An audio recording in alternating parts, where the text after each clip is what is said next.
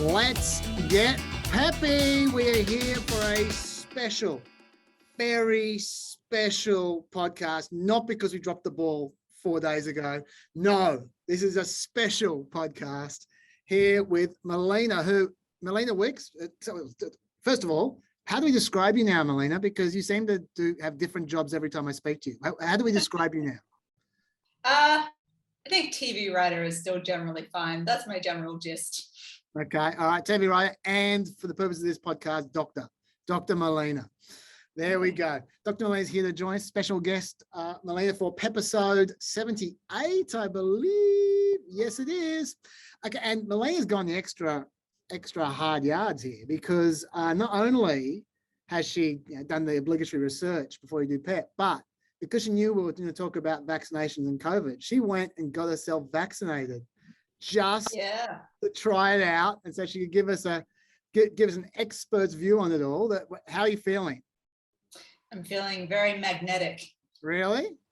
Well, if you are a little bit unsure of where you're at the moment, not sure if you've made a terrible mistake, I do have some advice from an expert for you, which I queued up here. It goes for a while, but let's find out. Let's not cut them off halfway through their advice, because there's a lot. They've done a lot of research. And let me tell you something. Go home tonight and take one of these spoons and put it on your vaccination spot. Guess what? It's gonna stick to you. Get in a corner, get into some silence and some meditation. Hopefully some of you believe in God, and pray and check in with yourself or whoever you answer to and ask, is this something normal? Do you have metal stick to you? Is this human? No. And guess what else? You take a black light flashlight and shine it on your vase, and you're now going to glow in the black light, because guess what? You're no longer human. You're 2.0s, and we are afraid of you. You shouldn't be afraid of us because you're shedding your spike proteins. And this is the reason why people are in the hospital. It's not the unvaccinated. It's the vaccinated. It's the vaccinated. And guess what? The truth is coming out. Everything is bubbling up. And you guys are disposable. And whoever you're puppeting, whoever you're parroting, they don't care about you any more or less than you care about the kids. And I invite you to get a conscience, because if you're vaccinated, your time is limited anyways. But I ask you to get on your knees and repent and ask for forgiveness, because this is not just happening on this field and on this plane. You're going to be paying for this for the rest of eternity. So did that hold some lessons for you there, Melina? Did you learn a bit there about yourself? Look, honestly, aside from being very happy and grateful to be getting some amount of immunity to COVID from the vaccine, I'd also be frankly thrilled to become a half robot human hybrid. It sounds awesome. 2.0 sounds great to me. Improvement. Yeah, totally. If you're an iPhone, it can work for me. I'm not concerned in the slightest. I'm very glad to have been vaccinated. Yeah, if you're an iPhone, being 2.0 is much better than 1.0, I would have thought. Exactly. And you are an iPhone because you're magnetic. Do you have a spoon nearby, by the way? Can we test this? I don't. I have a phone. Do you have a phone? Do they make? No. Doing a lot yet, but they say it takes 2 weeks to get the full effect of the vaccine. So give it time. Okay, we'll come back to you in 2 weeks and see if you're magnetic then. I was disappointed to find I'm not magnetic. I'm afraid I am fully vaccinated, fully magnetic, fully 2.0. I might even be 3.0 by now. It's been some time. But I love those rants which are designed to be interrupted, and then people don't interrupt them. So they stop when they think they're going to be interrupted. Oh no, I'm going to keep on going, and then they just run out and just peter out. It was she's pretty special. Sorry to spend a minute, also, 30 minutes on that, but yes. As you alluded to, 2.0 is generally considered a phrase synonymous with improvement, not backsliding. So I'm not quite sure that she's really figured out her argument, but work in progress. Yes. But we probably one more housekeeping thing before we get on to it. I like to do updates on stories that we've been covering that aren't worth a full half an hour, however long we spend on stories. Andrew Cuomo, there's always an update on Andrew Cuomo. I'm not sure if you saw, he lost his international Emmy this week. because he won an international Emmy for his press conferences about his COVID press conferences, but they took it off him this week, but not because his press conferences were fraudulent. Like, he literally lied during the press conferences about the number of deaths being recorded. He was like, he was lying to people, and he won an Emmy for it. But that's not why they took his Emmy away. They took his Emmy away because he's been accused of sexual harassment, and then he stepped down. I'm not sure how I feel about retrospective creative awards being renounced. Like, they have a creative award and then later on it's been renounced retrospectively because you're a sexual harasser. But I do know that I'm happy about Andrew Cuomo being sad. And I'm also happy about Cynthia Nixon tweeting out the difference between me and Andrew Cuomo. Neither of us is governor, but I still have my Emmy. I liked very much. She was obviously his opponent in the last election campaign. Do you have anything to say about Andrew Cuomo before we move on? No, but the Emmys probably have a lot of awards to take back if this is the new standard. That's a good point. That is a good point. Oh yeah, actually, you make a great point as well. That, or implicitly, that I mean, Harvey Weinstein won a lot of awards as a producer. Yes. I haven't seen any of them being taken back. Also, is it like when someone gets caught doping in the Olympics? Like, do they give the Emmy Award to the second best press conference of the year? Who would that be? Who was nominated in this weird category? Yes. Or Gina Raimondo, maybe. I don't know. Some person who no one's heard of.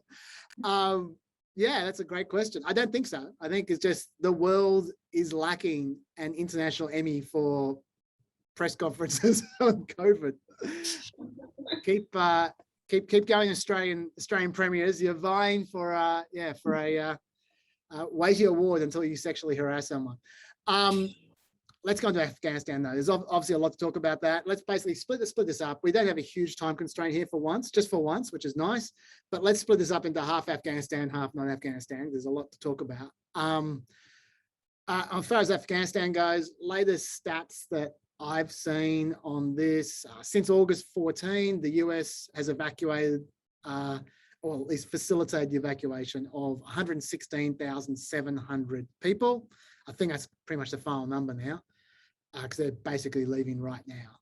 There were about 300 Americans left over who wanted to leave, who had not yet left, 280 who didn't want to leave, apparently. I don't understand this wanted to leave, didn't want to leave thing. I assume no one's keen to live with the Taliban, but I think what that means is essentially there were 280 people who didn't want to leave their families, and America wasn't going to take their families from them. So it wasn't going to take their families as refugees, like, because they'll take your spouse, they'll take your kids, your juvenile kids. They won't take your adult kids. They won't take your parents. They won't take your brothers or sisters. And these people want to stay with their family. So I think it's a little bit scummy acting like they don't want to leave when really it's America choosing not to take them. Also, something that people don't talk about a lot, they're all American citizens. There's a lot of people in America who aren't citizens. There's a lot of permanent residents, a lot of green card holders. Haven't heard much about them. We have no idea how many of those people are in Afghanistan. So I think it's a bit dodgy. They keep on throwing around the numbers they do of only American citizens. But anyway, we'll get back to that. First of all, what are your first thoughts about Afghanistan? Because me and Dave talked about this at length last week. You've had nothing to say so far, apart from the fact that you're not magnetic. So what do you have to say about Afghanistan so far? I mean, of course, overall, it's just a really sad situation. Like, I mean, in America, it will be ultimately viewed through a political lens in terms of, whether they won or whether they lost and who's to blame for what went wrong. But at the end of the day, there's a country that's full of people who were invaded and then lived under a dodgy, foreign-sponsored, corrupt government for 20 years, and then were abandoned to the same brutal regime that they used to live under, but, were coaxed for 20 years to kind of act as if times had moved on and it was safe to live a new kind of life. And now it's just feels like back exactly where we started, which is just fundamentally very sad for all of the people of Afghanistan, which I think kind of does get, I mean, it talks about plenty, but, you know, ultimately America will look at it through their political lens and move on. And I think forget pretty quickly the people of Afghanistan that they're leaving behind, who still have to go on living in that country and don't get the luxury of just forgetting about it, you know, being a bit embarrassed and moving on. And to me, the other like really big telling thing politically and looking at it through that political lens is that it just feels to me like there's a total failure on the part of everyone to articulate any kind of vision for the country. Like, what is the goal?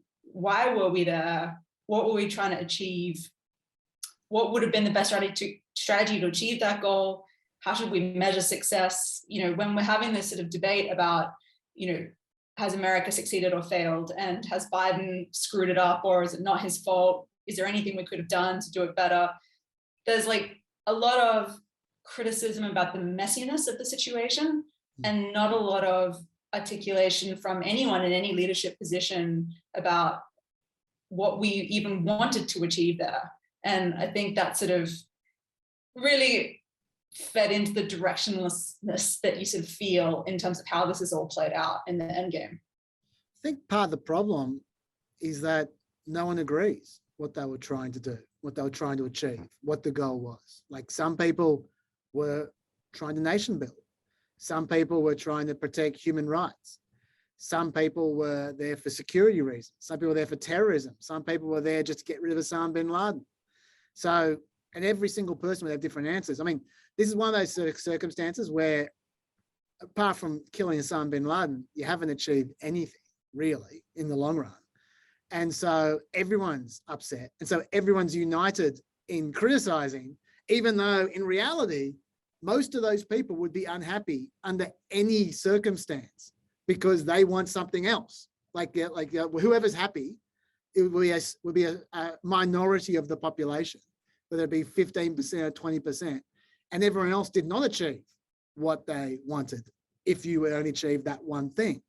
And so I feel like this is one of those situations. We'll get to the criticism of Biden and what's legit in a sec, but I feel like this is one of those things where if you're the person who's holding the scepter at the moment when it happens, you're going to cop it, because there is never going to be a majority of people satisfied with the outcome when everyone disagrees what they're looking for. I think that's part of the problem, really. Let's start. Okay, let's structure this out a little bit, because we could just blather forever. Let's start with the suicide bombings and because like basically how it ended. Like because until then there were people. It was interesting actually, because early on the criticisms were, oh my God, you've left all these Afghan helpers behind. But I always felt that a lot of people who were saying that didn't really mean it. They were kind of pissed off about what was going on, and that seemed to be the area where Biden had fucked up the most. And so, and a lot of people were criticizing him for it, so they jumped on board. But I felt like they never really meant that. But when the suicide bombings happened, and then, suicide bombing, at the time we thought there were 3. It turns out there was 1. When the suicide bombing happened, and all of a sudden 13 troops are killed, 169 Afghans, let's not forget them, but 13 troops were killed. There was someone goes, now this is something we can all agree on. We don't want American troops being killed. So it became about, you must resign because these people died, and you are now demented because these people died, and you've lost all control because these people died. And so, yeah, it became the focus. What's your thoughts on both the suicide bombing and the aftermath and anything related to that? I mean, what I don't understand about the bombings is, like a lot of the withdrawal, it seemed very predictable to the point where, you know, we were all literally watching just on the news in the days leading up that there were reports that this was going to happen. And which means obviously they had very good intelligence. Like if it filters out to us, just like literally like watching the news over breakfast, that there's going to be a suicide bombing or an attack on the airport in the coming days, then, you know, you've got pretty good intelligence. You would assume not just that it's likely to happen, but who's going to do it, and, you know, what the approach might be and where the vulnerabilities are. So it's very confusing to me if it was that clear that this was going to happen. why more wasn't able to be done to prevent it. I mean, I know it's not an easy situation, but it's just very weird to hear such explicit reporting of an imminent tragedy, human caused tragedy in the days leading up, and then to turn on the news the next day and then it's like, oh, okay, it's happened. I'm not quite sure why they weren't able to do better to actually prevent it. I suppose the question is how you can. I mean, I know they were trying to clear parts of the road to outside the airport to make it hard for people to get there.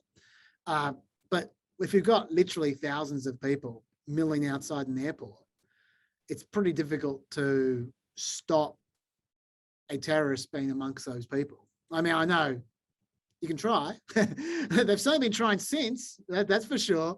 Lots of drone strikes, etc. But yeah, I mean, look, I don't know. I don't know if it's possible or not. As you say, they were certainly onto it. And this actually, for that reason, I actually feel slightly, no, I wouldn't say sorry, but I do have a certain amount of sympathy for Biden's position in that he could not have been more explicit that this was coming. Like, he explicitly warned about it. I've got the clip right here. The longer we stay, starting with the acute and growing risk of an attack by a terrorist group known as ISIS-K, an ISIS affiliate in Afghanistan, which is a sworn enemy of the Taliban as well. Every day we're on the ground is another day we know that ISIS-K is seeking to target the airport and attack both U.S. and allied forces and innocent civilians. So that was pretty explicit, saying not just what was likely to happen, but who was likely to do it, and saying that is the reason we need to leave as fast as we can. And at the same time, everyone's going, well, you need to hang around. You need to hang around as long as it takes. You need to get every American out. You need to get every Afghan out. You need to secure the rights for women. You need to hang around as long as possible. And Biden was like, well, we're trying to get out as soon as possible because the longer we stay, the more chances of terrorist attack. Then a terrorist attack happens, and the same people who are saying you need to stay as long as possible turn around and go, well, that's your fault.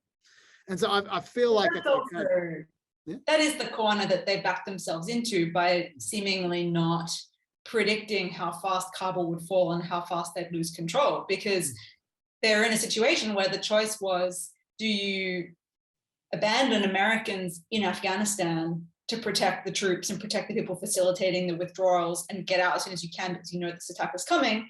Or do you make sure that you get those people safely out because otherwise their lives are in grave danger? And in doing so, know that you're putting servicemen and women at risk who are trying to facilitate the process. So, you know, by losing control so quickly, they put themselves in a situation where it's kind of like, how long do you take your chances and which lives are you going to put at risk in what manner? They didn't have an option that didn't involve endangering American lives at that point. Yeah, that is true. And we are, as I said, we are going to get to what we can blame Biden for. And in my view, there's a lot of things. but I am interested to see how this will affect people's attitude towards terror, like Islamic terror, because I feel like we've gotten a little bit blasé about that kind of thing recently, in that, like, there was a poll from the AP on the 16th of August, this was after Kabul fell. 65% of people extremely concerned about extremist groups based in the US. 50% extremely concerned about extremist groups based outside the US. It was interesting. They gotten to the point now where 15% more of people were worried about the January 6 types than they were about ISIS-K. And it's well, in America, that is where the threat has come from, basically since 9/11. That, you know, Americans, like, sure, they've been attacked in theaters of war in Afghanistan and in Iraq, but, you know, the threat, they haven't had, like 9/11, militants from outside America coming in and committing attacks. It's all homegrown terrorism. That's absolutely so true. It's actually people being quite sensible in their assessment, really. Yeah, look, actually, I agree with that. I don't think it's unreasonable. I hope I didn't imply that I think it's unreasonable, but I do think that people have gotten casual about it, and I think that's fair enough. But I will be interested to see if that changes, if they become paranoid again after, if we return back to 2002. I mean, I suppose just one bombing, we'll forget that pretty quickly, but we'll see if there's more of this kind of stuff. I suppose the Americans are leaving now, but there are still Americans left behind. what something which I find a bit interesting about this is the response. Like where Biden started talking tough, as you'd expect. Like you can tell he likes playing the cowboy. He was talking about making them pay, etc. And there's been 2 drone strikes since. There was one drone strike of high-profile targets killed, like in some province out east, nowhere near Kabul, but it was apparently one of the planners, they say. Don't know how they know that, but maybe. And the other one was right near the airport, where they said it was a car that was locked and loaded, had bombs on board. There was a suicide bomber there, ready to go, and they took it out. And you go, okay, well, that's the kind of thing that you can understand what they're trying to do. But at the same time, 10 people died, 10 civilians died. Like one family gave a car. I don't know what kind of car they had, but 10 people from one family, including I think 3 kids, died, collateral damage. Now I'm not sure if you've seen the video of the bombing. Have you seen the video? No. Okay, there's not the actual bombing, but just the aftermath. It's a road surrounded by high-rise buildings. If that bomb from a drone high up in the sky had missed by 20 meters, there would have been hundreds of deaths, possibly thousands of deaths. Like I don't know exactly how much damage that bomb can do, but I'm sure it could do a lot of damage to an apartment building, which it was surrounded by apartment buildings. And you go, okay, here's where we are. And by the way, the Taliban went out and criticized them for being arbitrary and being casual with the loss of life, which was interesting. But here's where we're at now, back to where we started with droning people, creating the terrorists of the future by hating on America and their drones. It's I'm not sure it's a great place to be. I don't know. I understand they're going to chase these guys down, obviously for political reasons, if nothing else, but also for security reasons. But I think doing it from outside Afghanistan with drones is not going to end well for America. What are your thoughts? Yeah, well, I mean, that's been a large part of how they've been running the war for a long time now. I'm not sure whether they'll have the capacity to keep doing that now that they're withdrawing. But I mean, drones, it's always like the pitch that they're these sort of clean, clinical, things that reduce loss of lives for both, the Americans, and also by being very targeted and hitting, just the terrorists. And we know that very frequently they kill a lot of other people around them too. They're not precise. And I can see the appeal of using them from an American perspective, because obviously they're very effective at reducing the risk to American lives. But of course it builds resentment in Afghanistan. And I can imagine it was a large part of how the Taliban was able to rebuild and gain ground in the rural parts of the country over the past 20 years, because you had in America a country that was killing quite a lot of civilians in Afghanistan without a lot of accountability. And, that obviously has an effect on how they're perceived at a local level too. Just not to say the Taliban are also very, very terrible, but, if you're living in Afghanistan, and especially in those kind of rural areas that are very conservative, it's like not crazy to see how you could be looking at both sides and thinking neither are great for me. So it's not as obvious the choice as it would seem to us from our vantage point. Absolutely. I'm not going to defend the Taliban, that's for sure. But I do feel like that by drone bombing lots of collateral Afghans over the next few months or years, I feel like you're creating the opportunity for them to sell themselves to Afghan civilians as the good guys. And I'm sure from the looks of things, they're going to take it, like with their arbitrary criticism of America being arbitrary. Just before we move on from this section, he's not doing well. Certainly he's registering the polls, and there's a lot of people suggesting that this could have some kind of terminal effect on his presidency. I just want to issue a bit of a corrective on that, because it's very easy to get very focused on the short term. Chris Wallace, who continues to baffle his Fox co-hosts, had a fairly, I think, instructive point of view on this. Back in 1983, when I was covering the White House, Ronald Reagan committed Marines to Lebanon, to a civil war going on in Lebanon. And one day in October of 1983, an Islamic Jihad terrorist drove through a checkpoint and exploded a bomb on the Marine barracks and killed 241 Marines. And we didn't do it right away, but in fact, by February of '84, an election year, Reagan pulled all of the Marines out. And, it was a terrible defeat. It was obviously first a terrible tragedy, but it was also a terrible political defeat for Reagan policy. But, things go on and people judge. And this is a dark day for the Biden presidency, according to Jen Psaki, the worst day of his young presidency. But to sit there and say this is an irretrievable turning point in the Biden presidency, I just don't think history bears that out. I should also say that there was a second bombing in Lebanon 6 months before that one, where 17 Americans were killed in the US Embassy as well. So I think it makes a fair point. Yeah, no, I agree. I think the people who are a number of people made the point that probably the only thing that would really have a significant risk of dragging down his presidency is if there was some prolonged hostage crisis. And then you obviously have the Jimmy Carter analogy, but it's a long time until the election. And as much as, anyone dying is a tragedy, a lot of people have died in Afghanistan. A lot of Americans have died in Afghanistan. And I find it hard to imagine at this point that it'll be a top of mind issue, even by the midterms, let alone the next presidential election.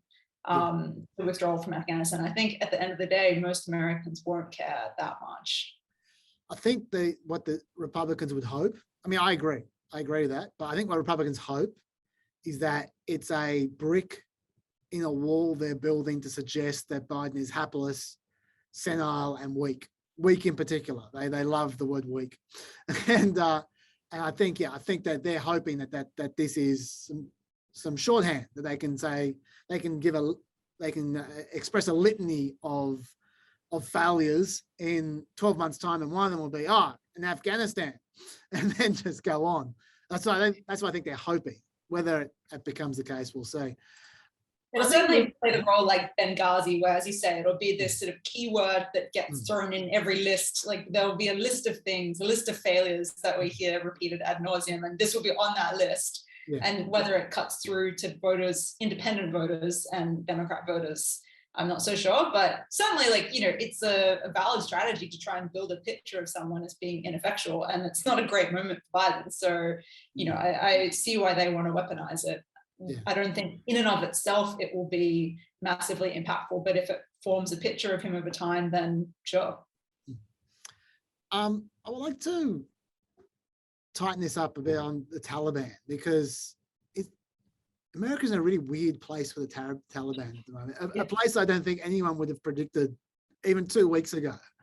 Like they've kind of officially attained frenemy status. Like it's kind of like diplomacy Gossip Girl.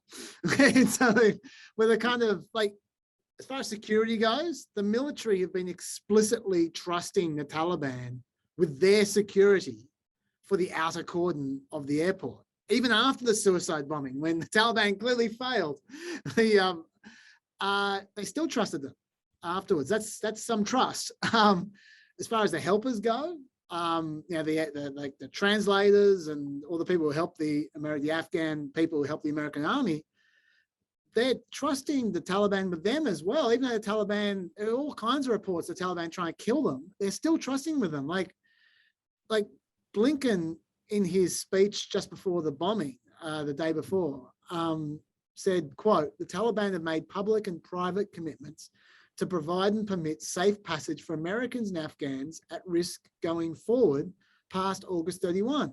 Now, when they say Afghans at risk, they mean at risk from the Taliban.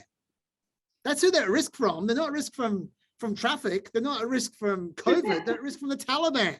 So Blinken is saying that the Taliban has guaranteed that Afghans who are at risk from them can leave and get away from them. That seems like a guarantee I wouldn't take personally if I was those Afghan helpers. And then especially given the Taliban have on a number of occasions explicitly said we are not in favor of allowing Afghans to leave. They've said that a number of times.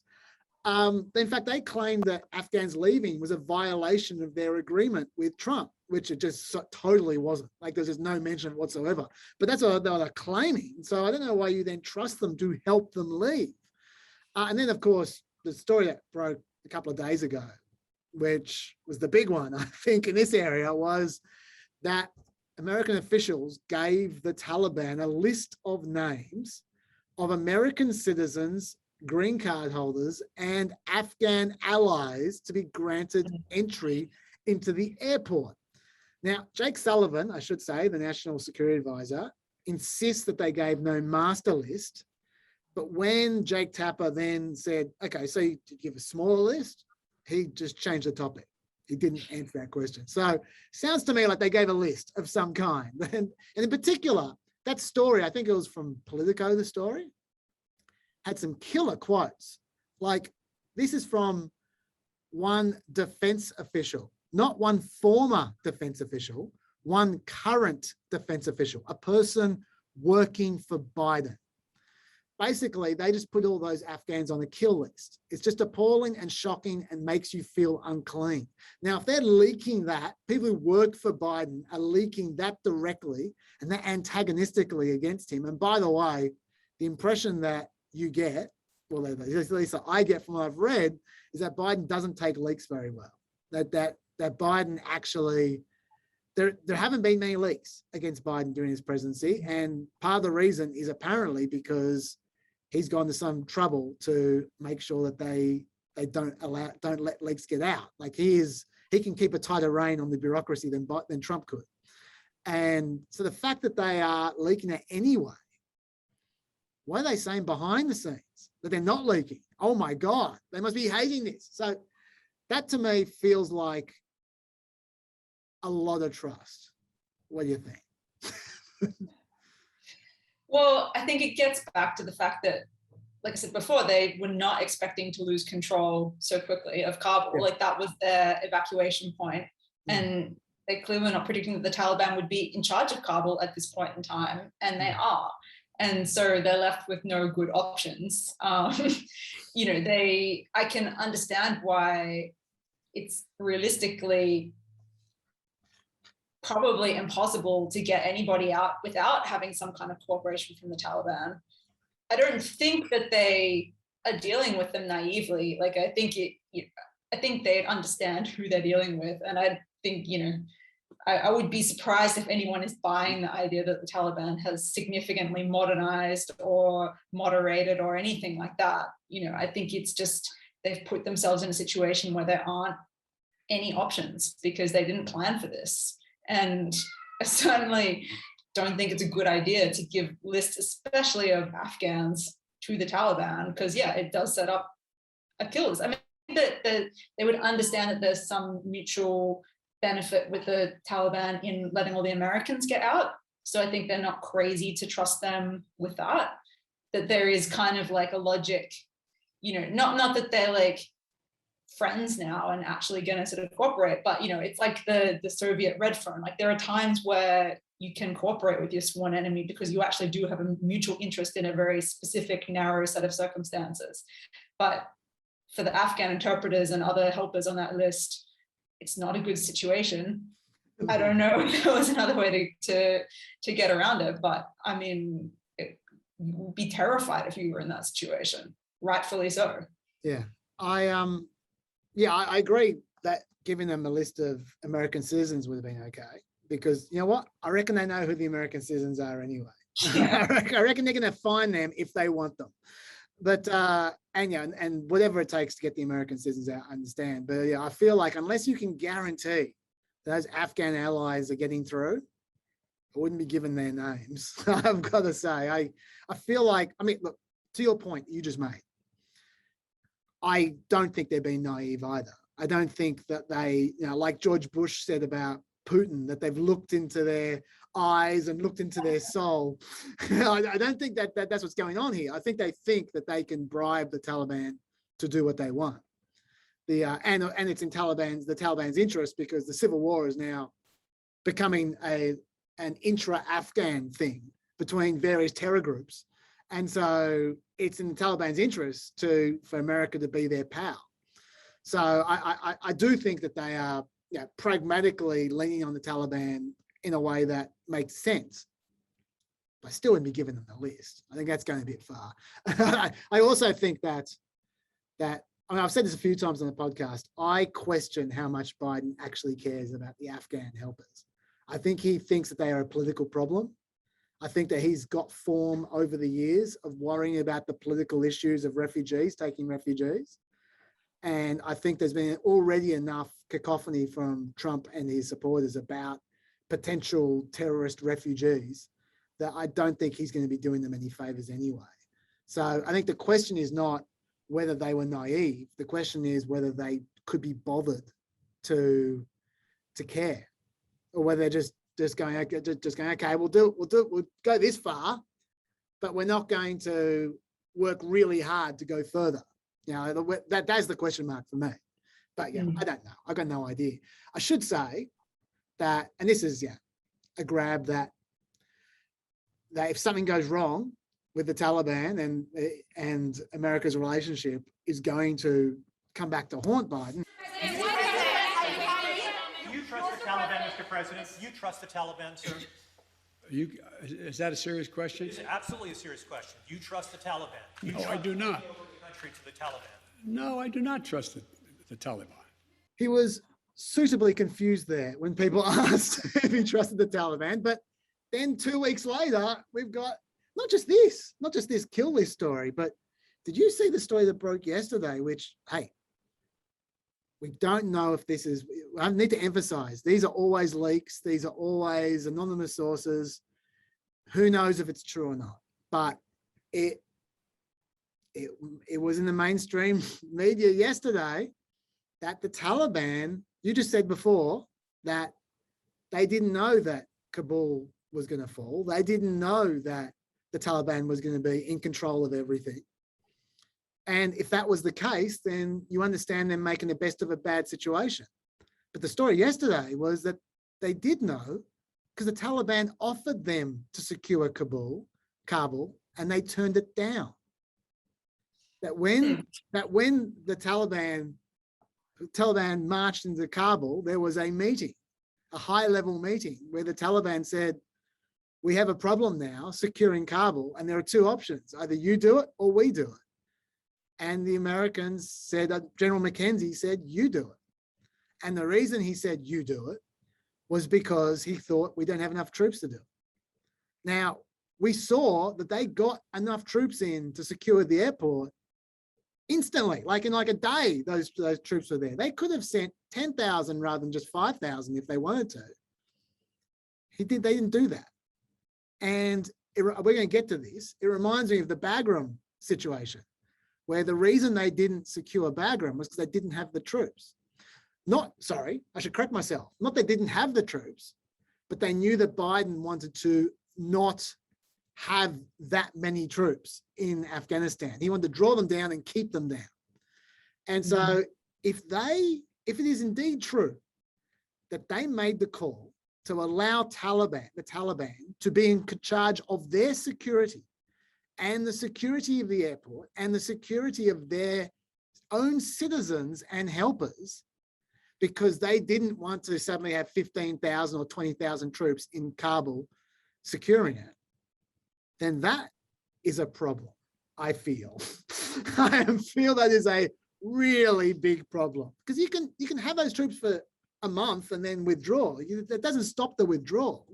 It just means that when people go, oh, that's your fault, there was a suicide bomber, that they have some evidence now, if that is the case. I don't know. What do you reckon? Yeah, I mean, you can sort of debate endlessly, what people should have done with Afghanistan, like whether there was a way to win in Afghanistan, if there's anything that anyone could have done overall in that situation to leave better, the debate of, is it better or worse that the country fell to the Taliban right away rather than having a prolonged civil war? Was that outcome inevitable? All those kinds of things. But I think, and I'm sure we'll get to this in more detail in a bit, But certainly Biden has to take responsibility for the withdrawal, because that happened, that was his decision, regardless of what you think about, what would happen in a longer term war effort, and he made choices of how he handled it. And if one of those choices was giving Kabul over to the Taliban before they had gotten everyone out, that's fair to criticize him for that, because that seems insane to me. Yes, we must emphasize that story may be inaccurate. All through the Trump administration, I was going nuts and tearing my hair out about sources, about anonymous sources giving clearly bullshit stories that just evaporated after a couple of weeks. So maybe this is one of them. We will find out. But if that does, there's going to be investigations. We know that. If a hearing or investigation from the Senate reveals that is exactly what happened, then I don't know how they justify that. I really don't. I think that would be the fuck up of all fuck ups if that was a call that they made. I do feel like there's a slight pattern emerging of Biden as president where he likes, and I don't think this would necessarily stop him from having more troops, as you say, for a month, but he loves going for symbolism and just not really caring about the steps necessary to do something properly to get there. Like, Freedom Day on July 4th, COVID's going to be over on July 4th. We're just all going to be vaccinated and, we don't have to worry anymore. And then with Afghanistan, we have to get out by 9/11 for the 20th anniversary of the attacks. And, those are incredibly arbitrary dates to pick that are obviously chosen for their symbolic value rather than based on the conditions on the ground. And he's picking those things and then trying to work backwards from there. And it doesn't preclude him from having sent enough troops to really secure the area to facilitate the withdrawal. But it does kind of start to create a bit of an impression that he thinks through the look of something and the symbolism of something and cares more about that than the actual realistic steps needed to be taken on the ground to achieve an outcome that he's hoping for. Yeah, I think it's fair. He likes things clean. He likes things simple.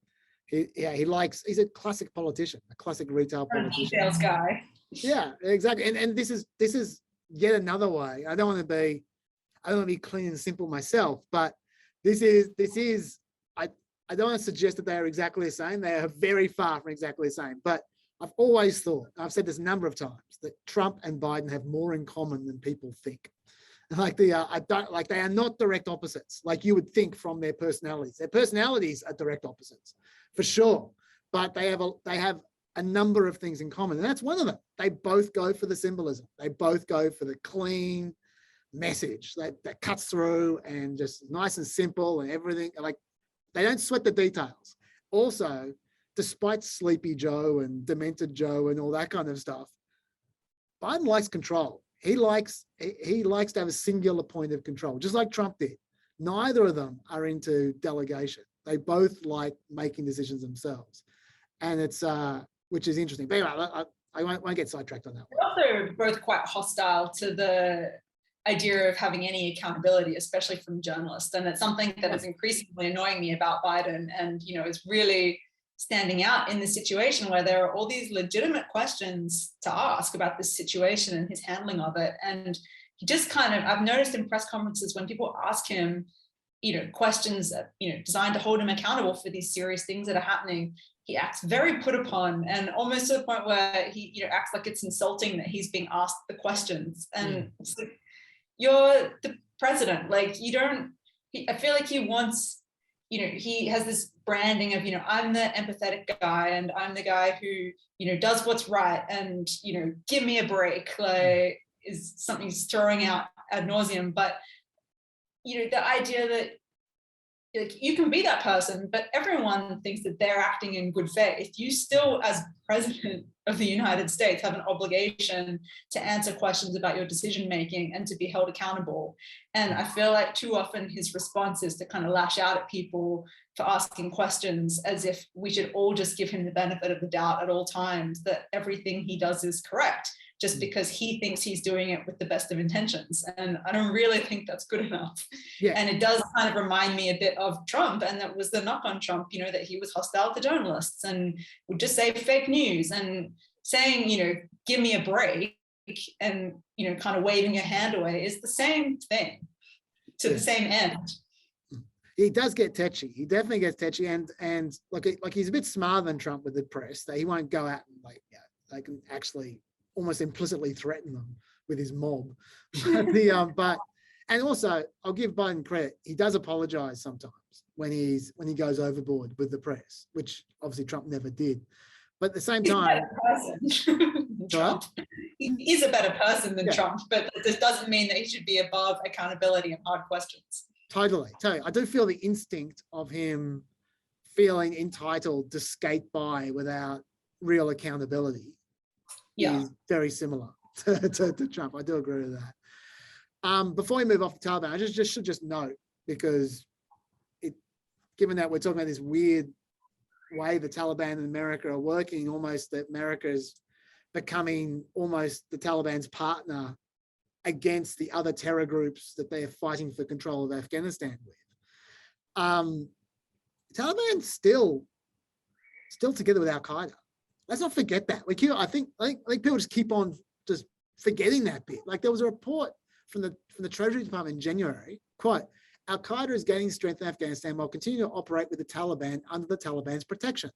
And then another report from the UN in June, the Haqqani network remains a hub for outreach and cooperation with regional foreign terrorist net groups and is the primary liaison between the Taliban and Al Qaeda.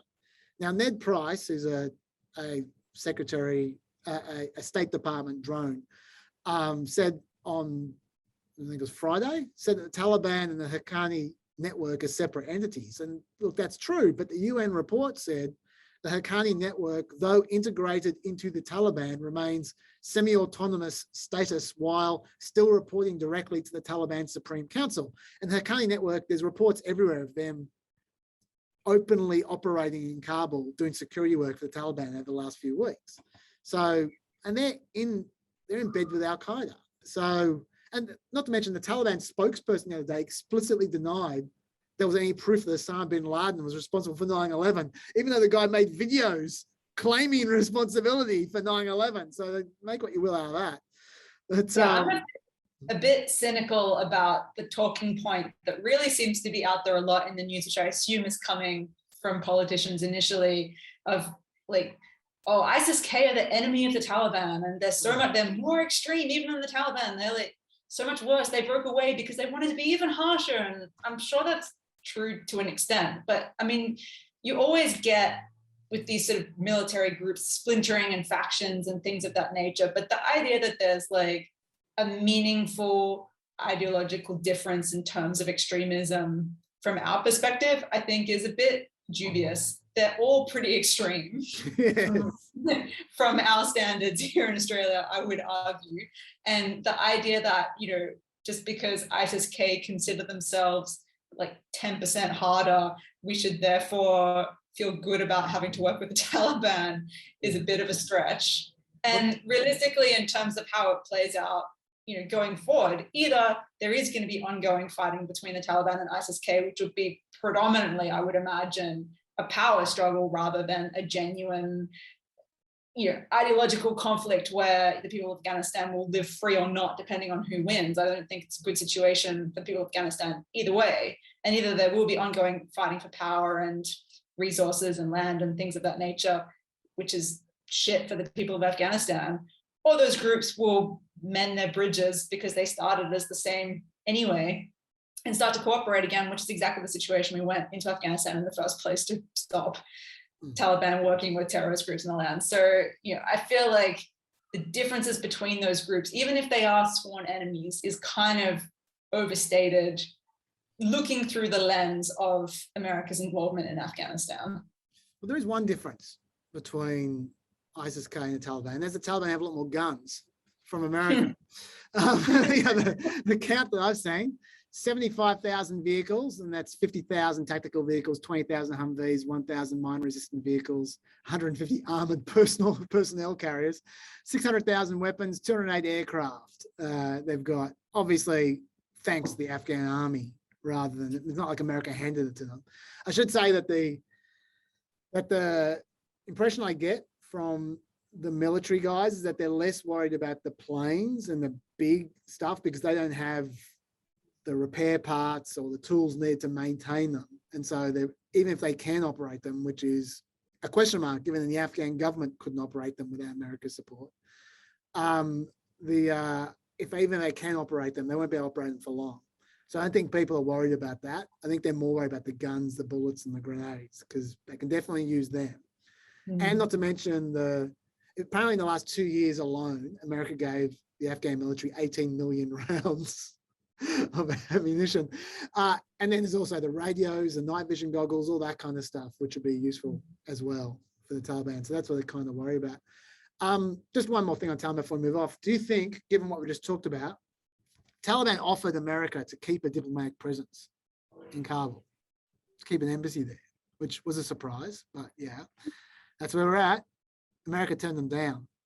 Now, obviously, America is choosing between giving diplomatic recognition to the Taliban and having a foot on the ground so it can help their intelligence. They can keep their eyes on the Americans and allies that they're trying to get out of Afghanistan. That's their trade-off, and they chose to not give the Taliban diplomatic recognition. What do you reckon?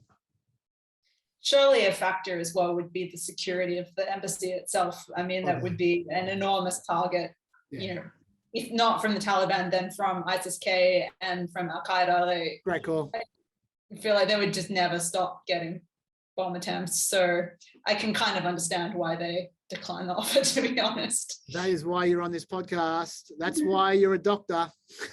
For the purpose of this podcast, that's a great call. That was a stupid question from me.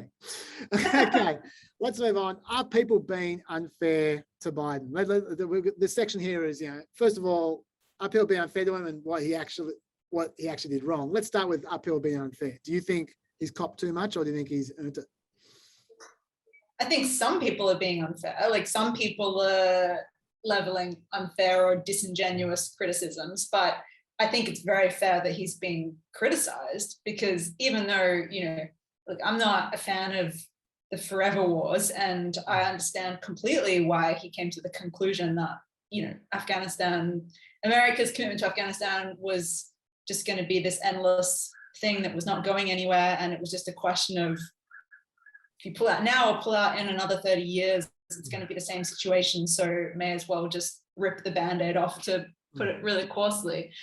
I understand why he came to that decision, but having come to that decision, you still have to manage it in a way that is as good as possible. And it certainly doesn't seem like he's done that. There was, I think the main thing is just the lack of factoring in that this was all going to happen very quickly. And, I think his kind of defense is that it was inevitable. And I think that's kind of a cop-out, because if they knew all along that it was inevitable, they should have prepared people for that and been upfront about it. Yeah. That was their plan. They should have denied it 6 weeks out. Yeah. And if they're surprised, then they should take responsibility for the intelligence and planning failures. And, I kind of feel like Biden got asked in a press conference, do you take responsibility? He said, I take responsibility, but I was bound by the agreement Trump made. Well, it's not really taking responsibility. And he wanted to be he knew that Afghanistan was an ongoing thing that he would have to make a decision on. He wanted to be president, and that means he then ultimately has the responsibility to decide what to do and how to do it, and cop the blame if it goes poorly. If he just wanted to blame Trump for everything that was wrong in the world, he could have done that from his basement and been a lot more comfortable, and he didn't want to do that. So I think it's very fair to hold him account for the chaos of it. I think if you knew you wanted to get out and you knew you wanted to get out quickly, some of the things you certainly could have done is just preparing your processes for evacuations and accepting of refugees and things of that nature well in advance. Get those processes in order so that you can evacuate people quickly, because it doesn't seem like there is really a good process for that. And also, whether or not they did predict that Kabul would fall quickly, certainly there are people who did. There were people who were out there earlier this year saying in the media, this could happen a lot faster than what they're saying. So, ultimately, I'm not saying it's easy to be right on these things, but you're still responsible if you're wrong on them. Yeah. I'll just address the people where I think people have gone over the top a little bit, and then I'll I'll start on the things which I think he's done wrong, which is quite a lengthy list. There's no doubt that the media are generally against withdrawal. Like that to me seems obvious. Like yes, they're criticizing the nature of the withdrawal, but you don't need to scratch very hard on the surface to see that they just think there shouldn't have been a withdrawal in the first place. Like I feel like you look at the analysts, they get up, they're all like there's one after another defense industry analyst who's got financial stakes in this kind of stuff. There's Iraq war cheerleader after Iraq war cheerleader getting up there criticizing him and so forth. Like people who have skin in this decision, and there are very few people on the other side in terms of the experts that they get up there on their panels. That's number one. Number two, actually Ramesh Ponnuru, I'll put it up in the blurb. If you look in the homework in the blurb on the Facebook video or on the YouTube video, if you just look at the blurb and click it, you'll see this link. Ramesh Ponnuru wrote quite a good piece about reasons why the media were biased, inverted commas, against Biden in this case. He's a conservative, by the way. And he said, look, there are some good reasons for this. And some of them, just off the top of my head, he said, generally the media have a bias towards action to cure suffering.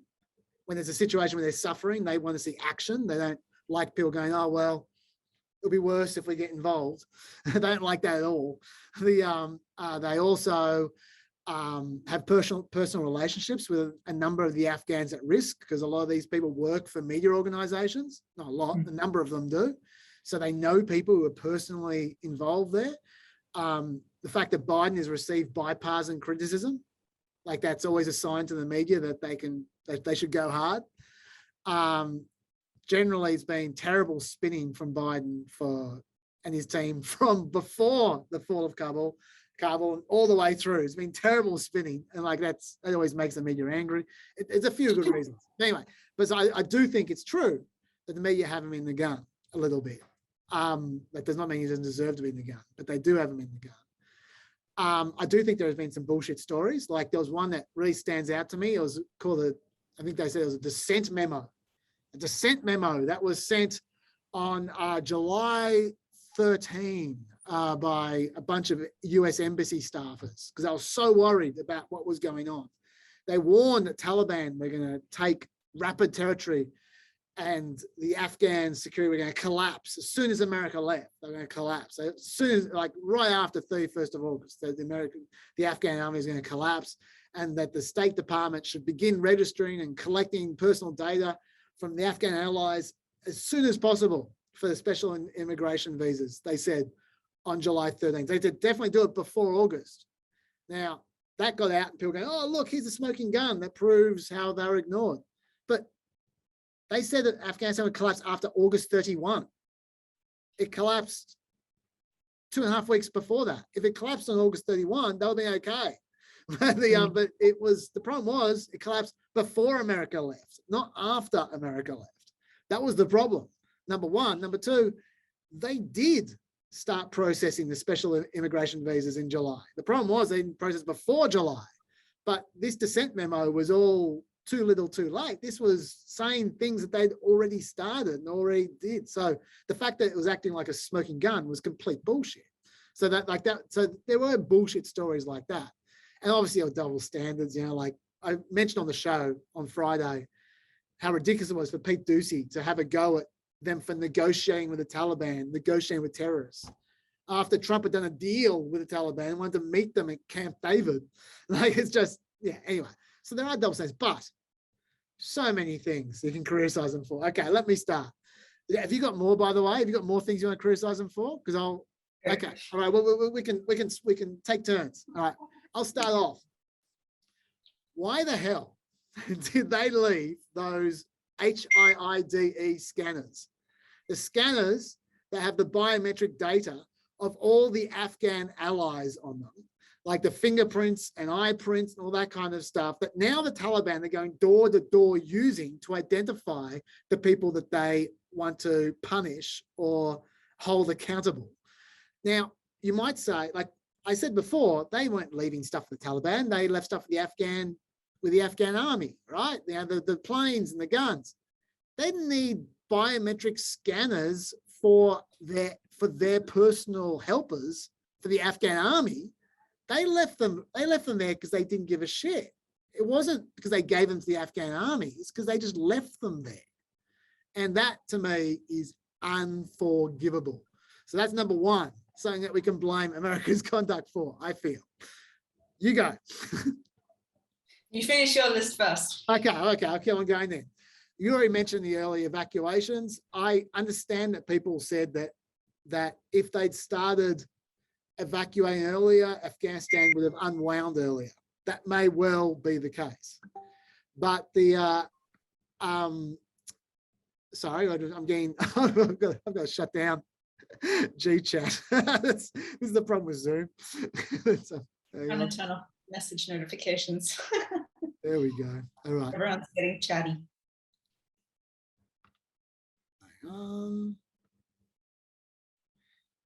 Okay, and we're back after I switched off my G-chat so they wouldn't interrupt eternally during this this podcast.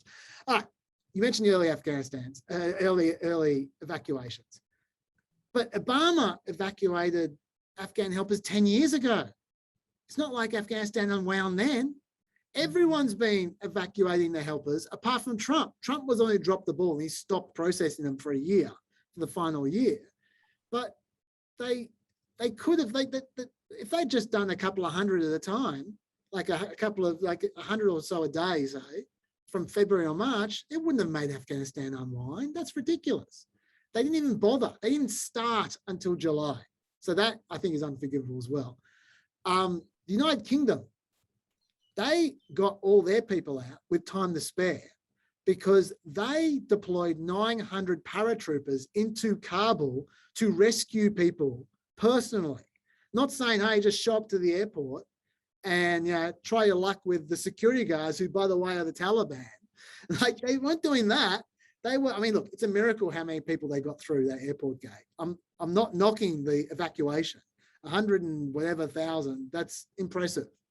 But still, there were so many people who couldn't get through who they could have rescued if they tried. And there were individual teams that did do that. There's a team called the Pineapple Express team. They weren't thinking about their movie when they called themselves the Pineapple Express team. But anyway, they rescued 500 people by themselves. But the actual army itself, the Marines, they didn't try. They were just behind the airport gate. So that was a piss-weak effort, I think. If the Brits could do it, why couldn't the Americans do it? Why they give Bagram back? I still don't understand that. And that's not hindsight. I said that at the time.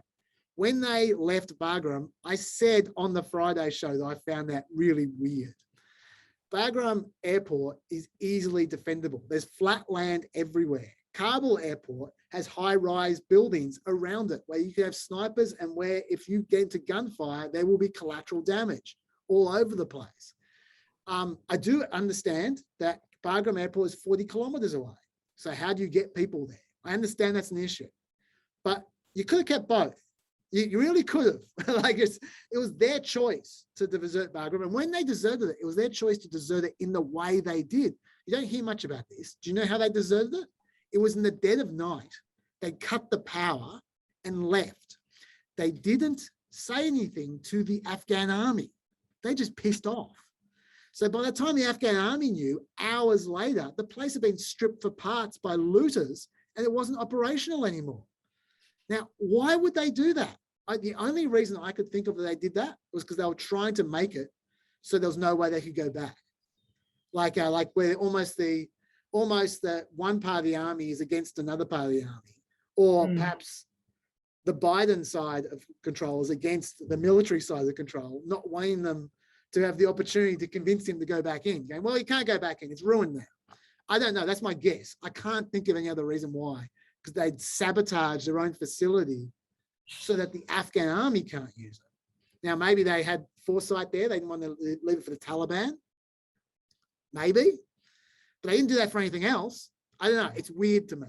But anyway, I don't understand why they left that. I don't understand. Biden, by the way, blames the military. they concluded, the military, that Bagram was not much value added, that it was much wiser to focus on Kabul. And so I followed that recommendation. So he threw them right under the bus. This is what they said. They said, this is what Milley said, we estimated the risk of going out of Kabul airport or the risk of going out of Bagram about the same. So going out of Kabul was estimated to be the better tactical solution in accordance with the mission set we were given and in accordance with getting the troops down to about 600, 700 number. So he's basically saying, we just didn't have the troops. Once again, Biden's fault. So I'm blaming him for that. I've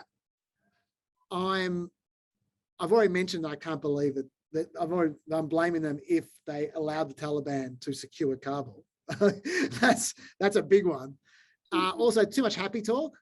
Biden's been suggesting Al-Qaeda's been gone. We know that's not true. They're partners with your buddies at Taliban. Biden said, quote, I have seen no question of our credibility from our allies around the world.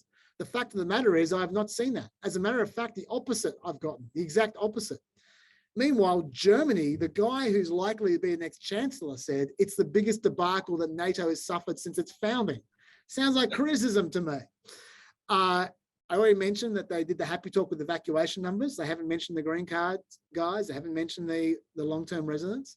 They screwed over their allies.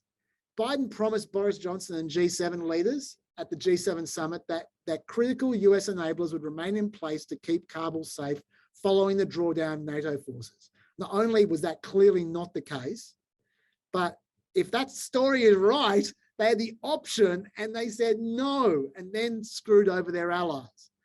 By the way, as a little side, Morning Consult says that approval of America has slipped after the Afghanistan withdrawal in the UK by 10 points, net approval. Interesting. Yes, although it's gone up in France, weirdly.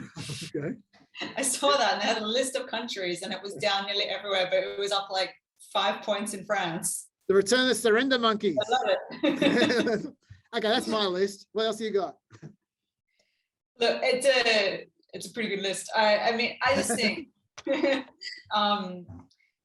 me, like, I think, it's just what we already talked about in terms of the lack of foresight that this was going to happen. It feels like Biden's main line is the thing we didn't, is, as I said, throwing the Afghan army under the bus, saying the thing we didn't foresee is they'd fold right away. And it's just like, if you're an army that has been built to be supported by the US military, and then they say, in a few months, we're out of here, and that's it, no more. And you see this rapid drawdown, and you see that the commitment is ending.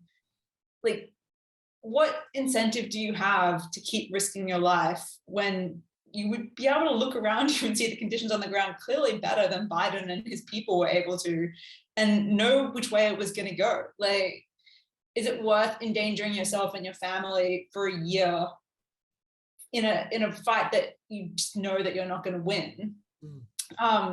When probably your best bet at that point is to try and like put down your gun and melt into the surroundings as best you can and hope for the best. And for a guy who's supposed to be notorious for his empathy, it doesn't really seem like there's a lot of empathy or imagination for how people in Afghanistan would feel in this situation, looking at the facts on the ground. It feels like his vision of how this was going to go was very limited to America and the benefits for America. And, if he wants to be an America first guy, that's, he's entitled to run that policy and that line. But, I don't think that that's how he has pitched himself and how he wants to be perceived. And I think you can't have it both ways. But realistically, like, when you look at what they actually did and the way they actually planned this, or the lack of planning, and how quick he is to say Afghans didn't want to fight for themselves, they don't care. Like, they don't care about their own peace and security and human rights, is kind of insulting, and just sort of, I think, speaks to how poorly the whole thing has been handled. Yeah, look, he said it with a furrowed brow, and he said it with his classic soft tone, but the words were kind of ugly American, I felt. Like saying, that, as you say, they don't care about their own lives and their own human rights and their own future. I don't think that's They don't true. care as much as we do. Yeah. And by the way, I did mention, I won't go over old ground, but on last week's podcast, I did go into some detail about the fact that the American army completely crippled the Afghan army anyway, in all kinds of ways. They made it almost impossible for them to fight effectively back. So, Although the one thing that I think is maybe a little bit overstated is, it's been a talking point that America didn't build a counterinsurgency army, and that's what they should have done. And instead, they built a traditional army that was based on air support. And at first I was like, oh, that's terrible. Why would they do that? And then after thinking about it a bit more, it's like, well, does America even know how to, like, what is a good counterinsurgency army? Who has actually done that well anywhere in the world in recent history? I certainly don't think America. The Huns. Recent history, I said. So I think that America, like, who is America to train anyone in being an effective counterinsurgency army? They don't know how to do that. All they know how to do is to crush smaller opponents with overwhelming military force. And so that's what they had to offer. And that's no longer what they have to offer. Yeah. And that's sort of, that I think gets back to the difficulty of the sort of lack of articulation from anyone of what the actual goal was in Afghanistan, whether there was anything that we could have aimed for there that was actually achievable, or whether people were kind of kidding themselves the whole way along, that we were engaged in any kind of project that was ever going to lead to a long-term benefit.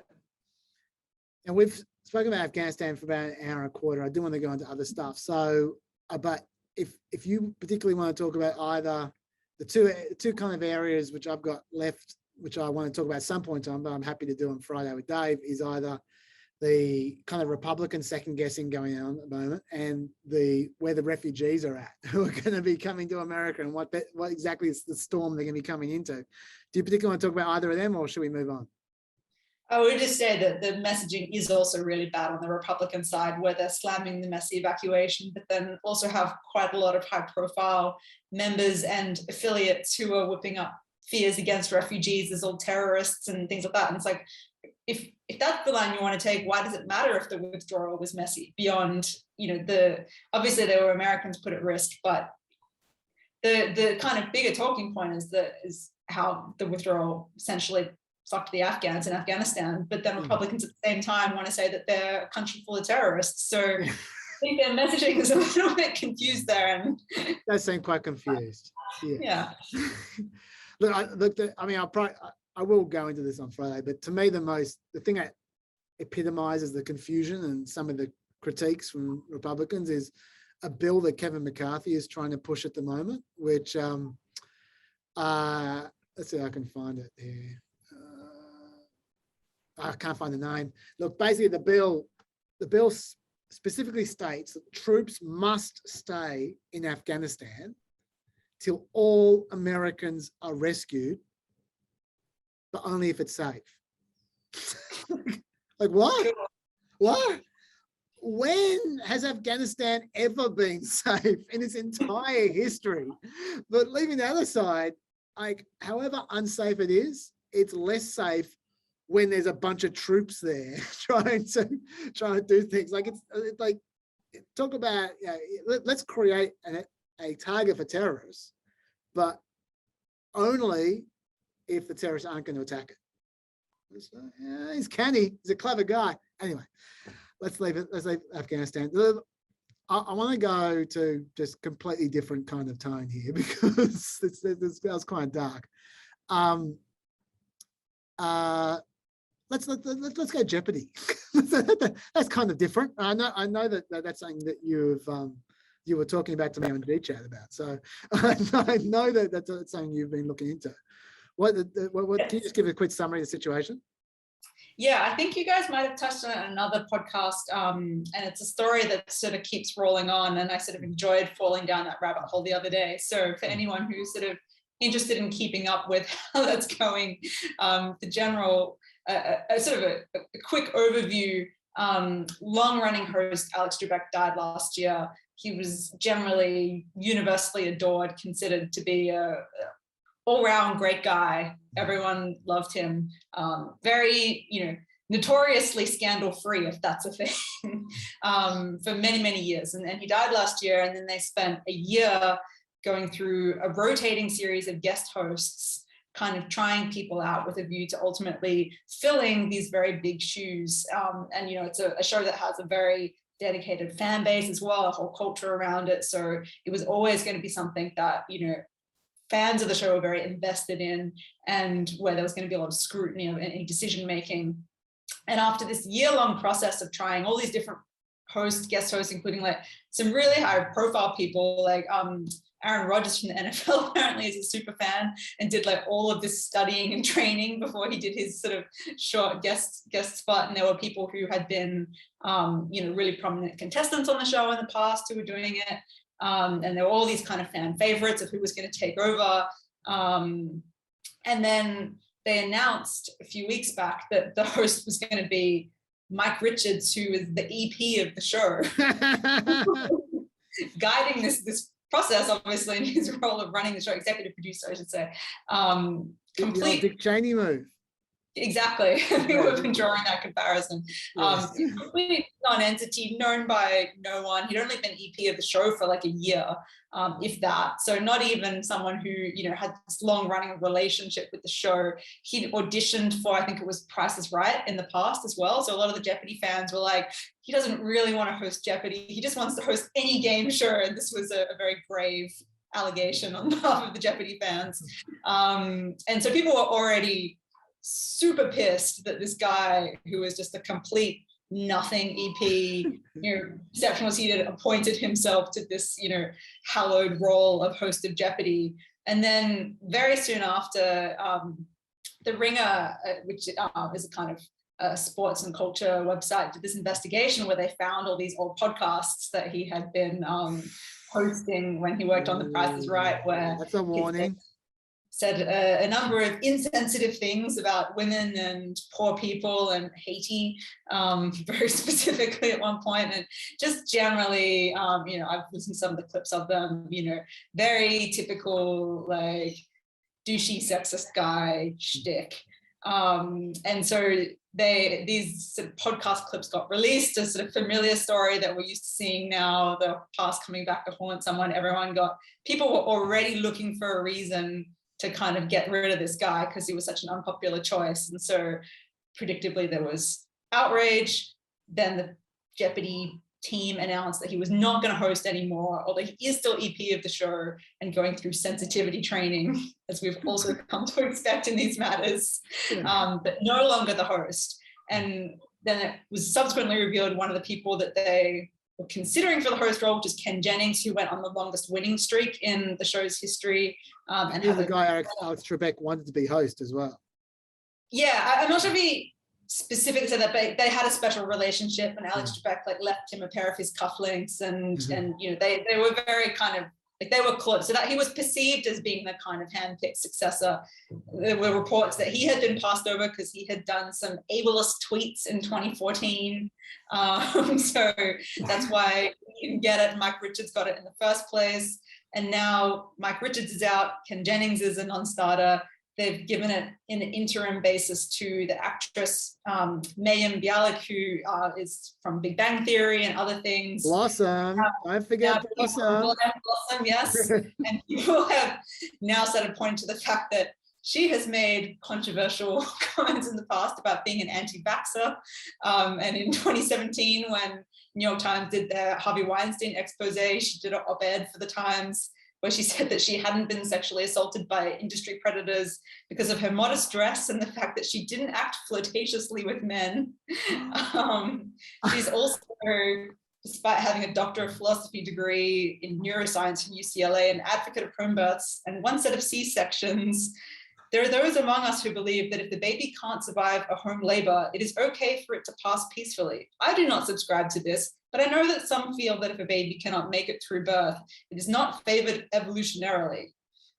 That's mental. Why, if you don't believe it, would you ever raise such a horrible thought? Such an indefensible, insane view that, I mean, if that's your attitude, don't eat healthy, don't take any medicine, don't live in shelter, like don't do anything that in any way helps us survive because it's against evolution. I mean, insane. So it seems to me that she's the perfect host for Jeopardy because she raises a lot of questions. She certainly does. So the latest is that she is still the interim host, but yeah, they're having a hard time on Jeopardy finding a replacement. Literally every person who emerges as a front runner at any point in the process has some dark past dredged up against them. And I mean, I have mixed feelings, especially with the original Mike Richards part of the scandal, because on the one hand, as I know you are as well, I'm not the biggest fan of this sort of cultural trend of as soon as anyone does anything, we look for reasons from the past to sort of condemn them and cancel them and things like that. But at the same time, I'm also not a fan of guys with no discernible talents emerging out of nowhere to get very prominent TV roles. I've seen a fair amount of both. So I'm very torn in this case on how to feel. Well, we should emphasize that he is particularly vanilla. Like he has nothing to recommend him whatsoever.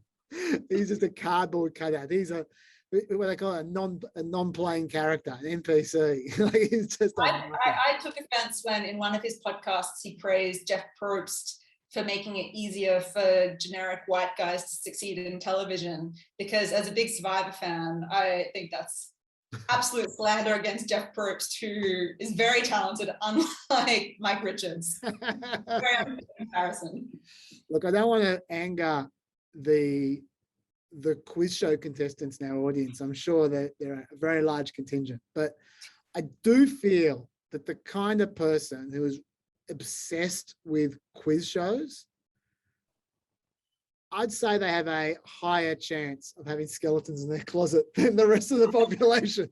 That's all I'm saying. I just say, like, if you're the kind of person who just obsesses about trivia, like there's just, I've met some trivia masters in my life. Not too many of them being normal, and that's coming from me. That's coming from me. Anyway, did you also appear on a quiz show? Was it Price is Right or something? Yes, but I appeared on a quiz show, but I wasn't good at it. I was on the Star of the Century, and I won a clock. I'm not gonna waste everyone's time by telling the story, but basically, me and this other contestant who was we're both at uni at the time, 2 uni students, decided that we're up against each other, and there was this old dude who just didn't seem to be even know what postcode he was in, and we get there, and so the two of us were just trying to out anticipate the other one, just going as early as we can during the questions. We just kept on guessing the whole time what the question was going to be, and the net result of this was that we answered almost every question, me and this girl, and I ended up on $10. She ended up on $15, and the dude in the middle answered one question and won with $25. but I want a clock on the board, the Famous Faces board, because this is an indication of how we were playing. I guessed that the Who Am I was Mickey Rooney based on his birthday. I went in off the birthday and picked it was Mickey Rooney, and I won myself a clock. So that was my experience. I did also win Hot Streak, which was a game show no one remembers. So that's okay. That's not embarrassing. But people saw the video, incredibly embarrassing, because I've got a fake tooth right there. I didn't have a fake tooth when I was on Hot Streak. So if anyone can find the footage, I don't look great. But anyway, enough of that. That's a real distraction. But I'm weird. And if I was good at it, I'd be even weirder. That's my point. Let's go on the Supreme Court. That's safer ground. There a few big cases over the last couple of weeks. First of all, I'll just take you through the Remain in Mexico case. It hasn't got nearly as much publicity as you'd think, because it's a pretty big decision.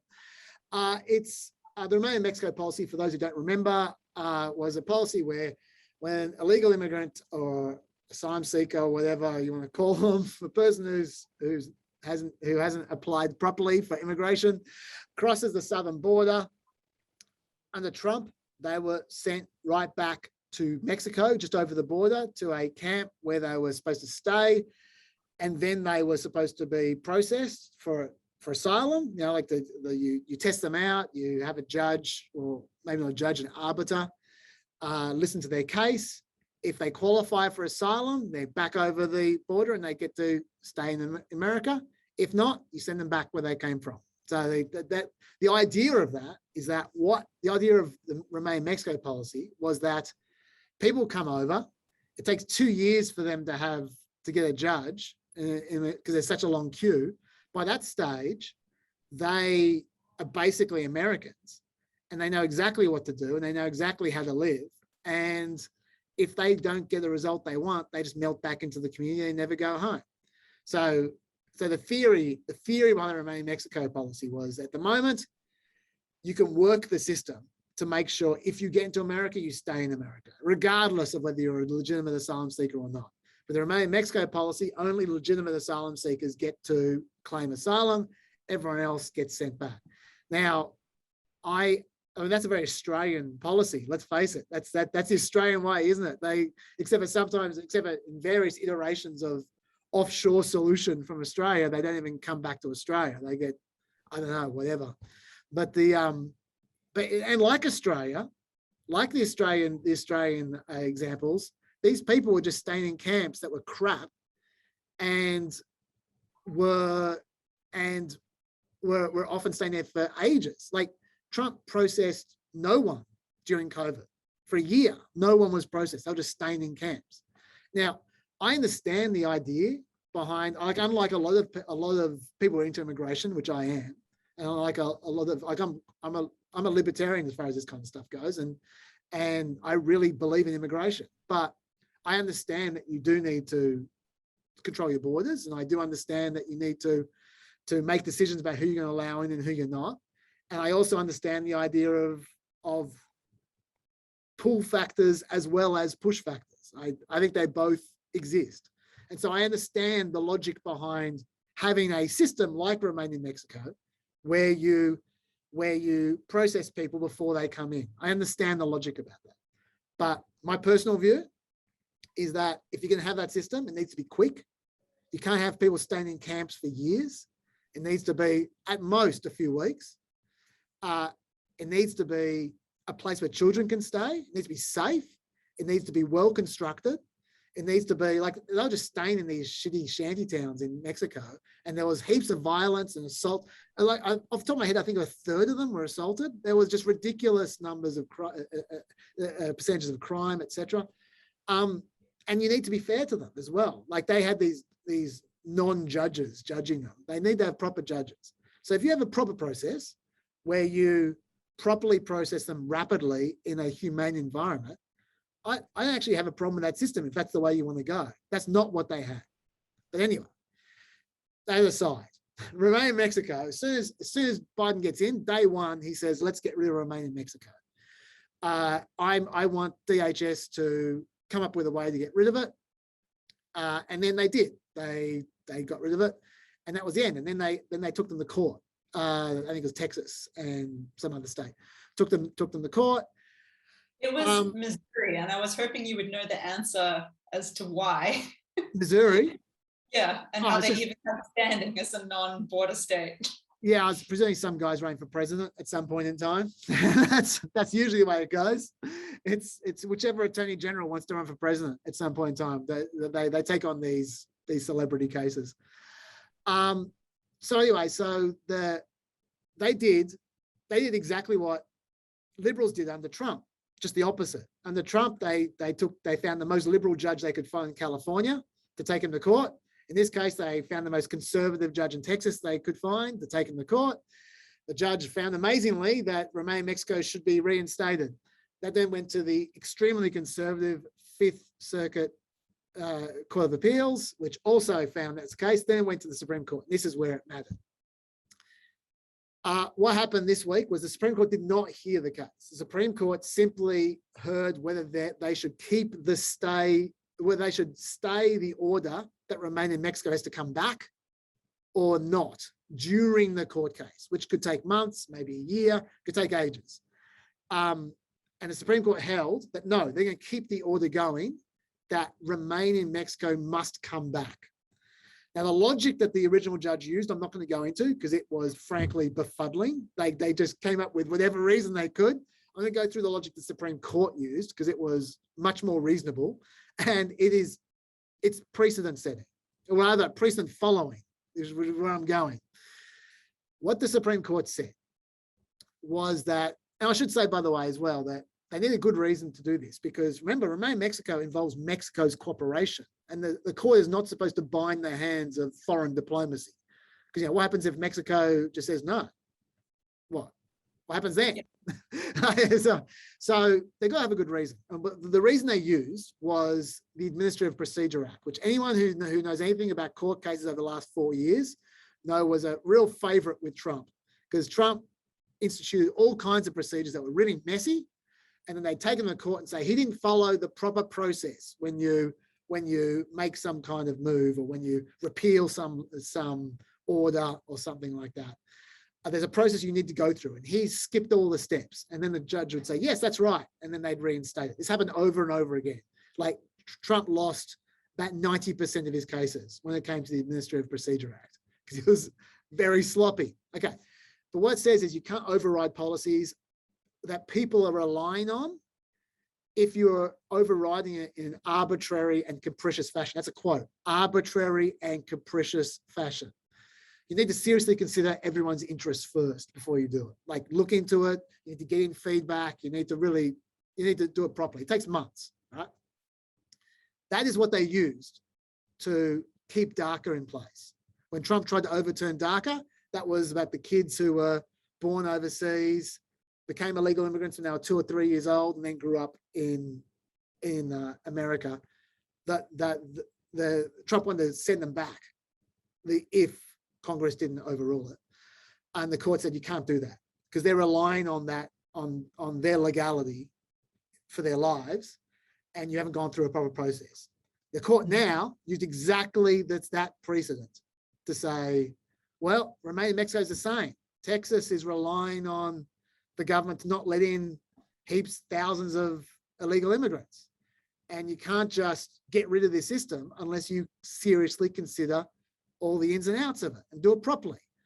It's hard to argue on day one of the administration, Biden saying, no, it's gone, that isn't arbitrary and capricious. That has to be said.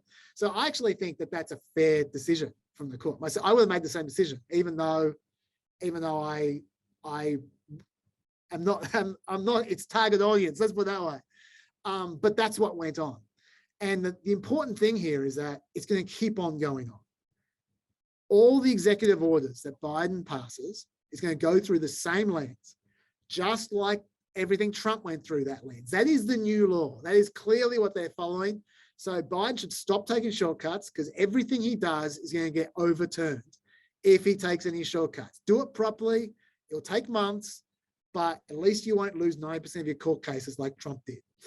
So anyway, that's what's going on there. Do you have anything to say about that court case? Not really, except that it is interesting, the sort of foreign policy implications. Like, I know that is the thing a lot of people are reacting to, that it does set quite a significant precedent, because it forces, it's not just a domestic policy like DACA, but it forces the Biden administration to negotiate with a foreign country. And the Supreme Court has usually avoided that because there are all kinds of flow and issues with it. But also there's, like, my understanding is there's a fair amount of ambiguity in the ruling, in that it forces them to make a good faith effort to, and it's like, what is that? If they go to Mexico and say, can we do this again? And Mexico's like, no, is that a good faith effort? Is that sufficient? And they can be like, okay, cool, we tried, sorry. Yeah. Or, are they expected to offer inducements to Mexico, financial or otherwise? That seems very vague, and it seems like quite a big step to say to a president, you have to engage with a foreign country, like for the court to say you have to engage with a foreign country to negotiate a policy that you don't believe in, but also we're not going to prescribe exactly how much you have to do to achieve that aim. So yeah, it certainly feels like something that is not close to being played out in terms of the longer term implications.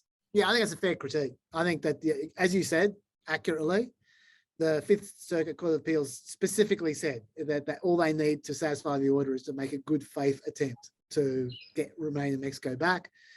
And at least until they go through the proper Administrative Procedures Act process.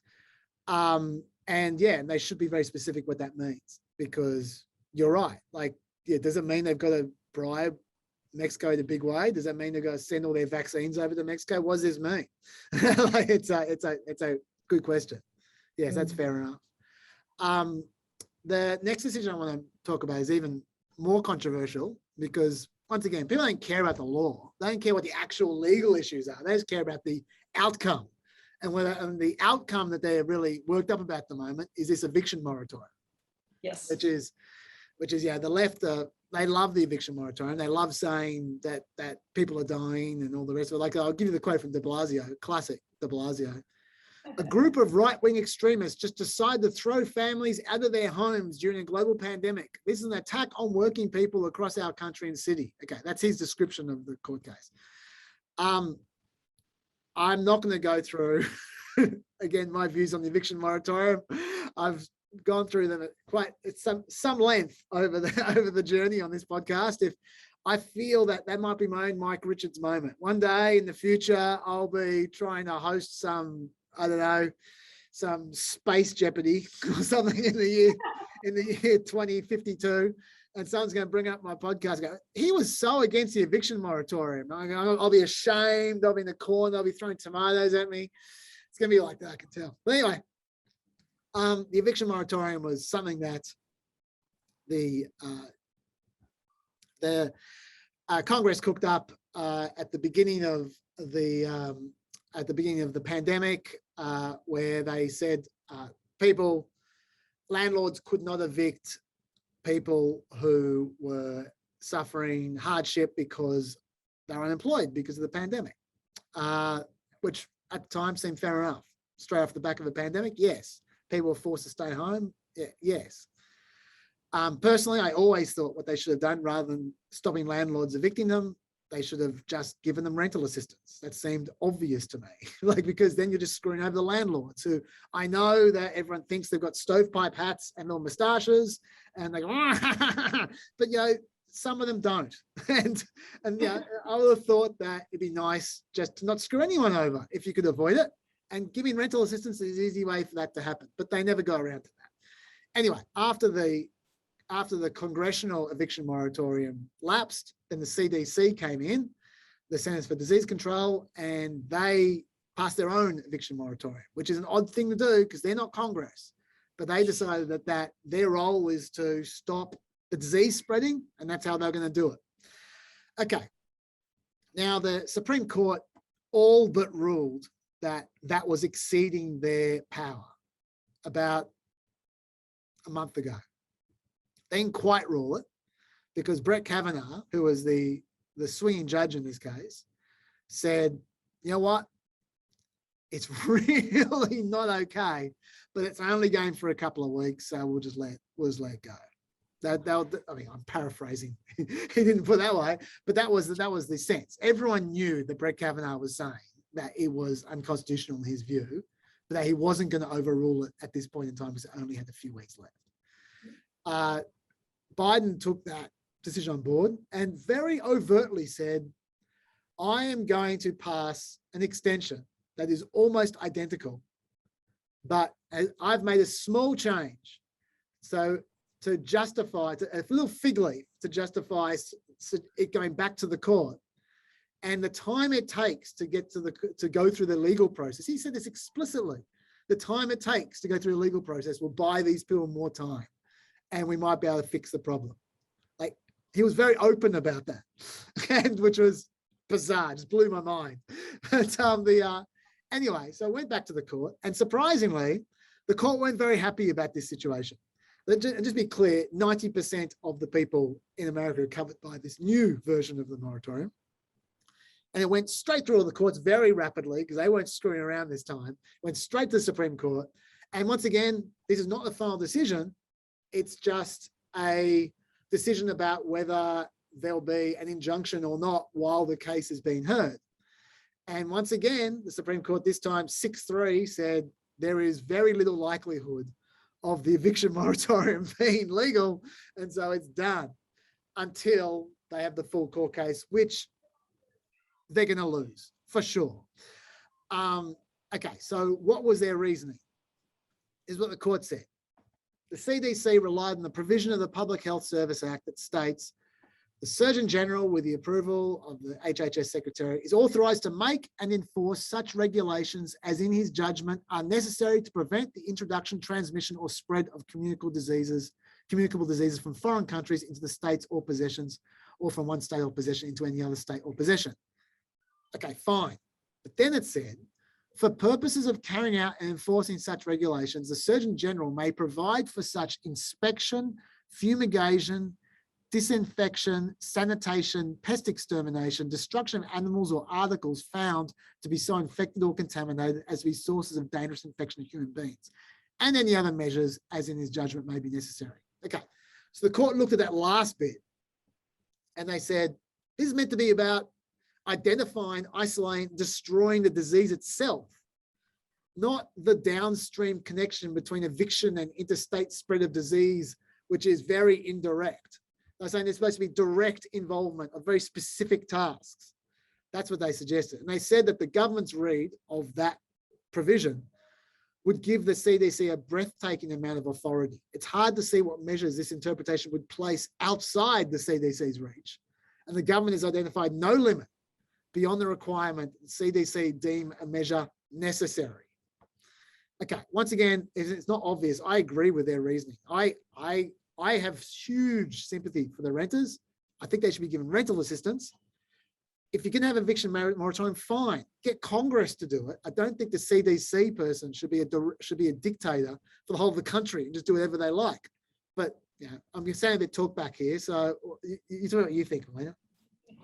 Yeah, look, I agree that, I don't want to see anyone get evicted. And I think that government should be stepping in to make sure that doesn't happen. But that, and I can understand, like in the immediate beginning of the pandemic, doing an eviction moratorium to get some time to put in place rental assistance, which seems like the obvious way to support renters, rather than just pointing to one very specific part of the economy and saying, people don't have to pay for that anymore, because people also need food and medicine and all kinds of things to survive. And you still have to pay when you go to the grocery store. You still have to pay for your medicine if you go to the pharmacy. So I think that the logic underpinning the CDC ruling is very odd. And I agree with the court that it could just be extended to anything. Like you then just have the CDC say, any business is forced to do this or that, even if it means that they are going to go out of business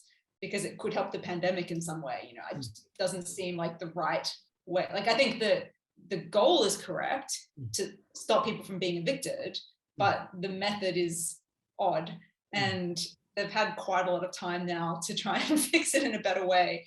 In terms of the actual case itself, I mean, it was interesting, like with Biden saying, as you said, just straight up admitting, look, I know this isn't going to get up at like, that this isn't legal, but we're just going to do it to give us some time to get money out the door.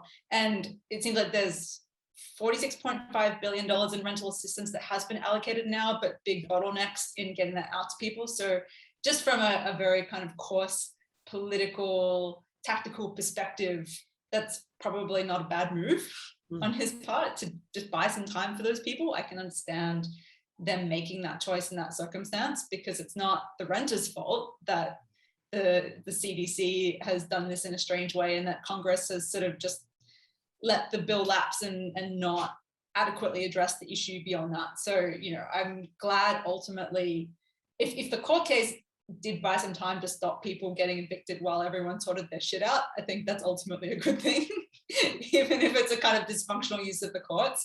And hopefully the end result is that people do just get cash for rent, which, it seems like the obvious correct way to address the issue. It would be. The problem is, actually, before I tell you the problem, I'm just going to leave that as a teaser before I just make one other point about the actual letter of the law here, that the CDC provision I quoted didn't mention the word pandemic. It mentioned the word infection. So they could do that for the flu. They could do that for the cold. They could do that for anything. They can do that for fungus. Like it's just like it's if you are reading that provision as a CDC can do anything they like to stop the potential spread of any kind of sickness, that gives them a lot of power. But yeah, so that now I've said that, let's go back to I teased you. That it's what you're saying is absolutely right. That yeah, if it bought them some time to get their money out, sure. I mean, I believe in the letter of the law, but I understand from a pragmatic point of view that would be great, but it didn't even succeed because what you're saying is correct. There's $46.5 billion allocated for rental assistance. That was allocated at the beginning of the year. You know how much has been distributed? $5.1 billion. You know how much was distributed back when Joe Biden said that he was going to buy this time to get the money out? $4.6 billion. They've gotten out in this almost month $500 million out of $46.5 billion. That's the problem. That is the problem by a mile. It's not Supreme Court. It's the fact that the government is broken. That's the problem. That they've got America, all their systems of distributing money are piecemeal. Every state has their own dysfunctional system, usually backed up with terrible software and computer systems and not enough information. And it's just a mess. Everything is a mess. And so whenever they try and do anything, it has to filter out like through some river system or something, so that it just takes, except for there's just rocks everywhere in this river, there's beavers all over the place building dams and stuff. It just means that the money never gets out. That's the problem. And that's what the Democrats, I mean, to be fair to them, there's not much they can do as the federal government. Like Congress, there's not much they can do to get that money past the states. The problem is the federal system in America is just so dysfunctional. But I don't know how you fix it, but that is the problem. And if what you need to do is make it a federal benefit that just goes right past the states, then so be it. Because there's nothing a Supreme Court or anyone can do to improve the situation of renters that's fair unless they can get some money out in some capacity. And right now it's not, even now. Anyway. Kind of funny that America thought it could build a functional government in Afghanistan when it can't build a functional government in America. That's a great call. That's a great call. There's a little side before we move off the court. We're going to COVID to finish off. We've talked about Steve Breyer, the ancient turtle who is currently a Supreme Court judge. Who's, I don't know, he's 150 or something. He's very old, and people and Democrats are being very worried about him staying on to the point where at the end of next year, the Republicans almost certainly will take the Senate, and then his replacement will not be confirmed because they've played this game before. And then if the next president is a Republican, then it'll be just Merrick Garland's Mark II, and they'll replace him with a Republican judge. He's a Democrat judge, Democrat appointed judge, and he's been until now doing a lot of back off, please. I don't want to be political, guys. I don't want to be political. But, someone got him, some reporter got him the other day, asked him that quote from Chief Justice Rehnquist from a few years back about, in response to a question about whether it was inappropriate for a justice to take into account the party or politics of the sitting president when deciding whether to step down from the court, the Chief Justice said, no, it's not inappropriate.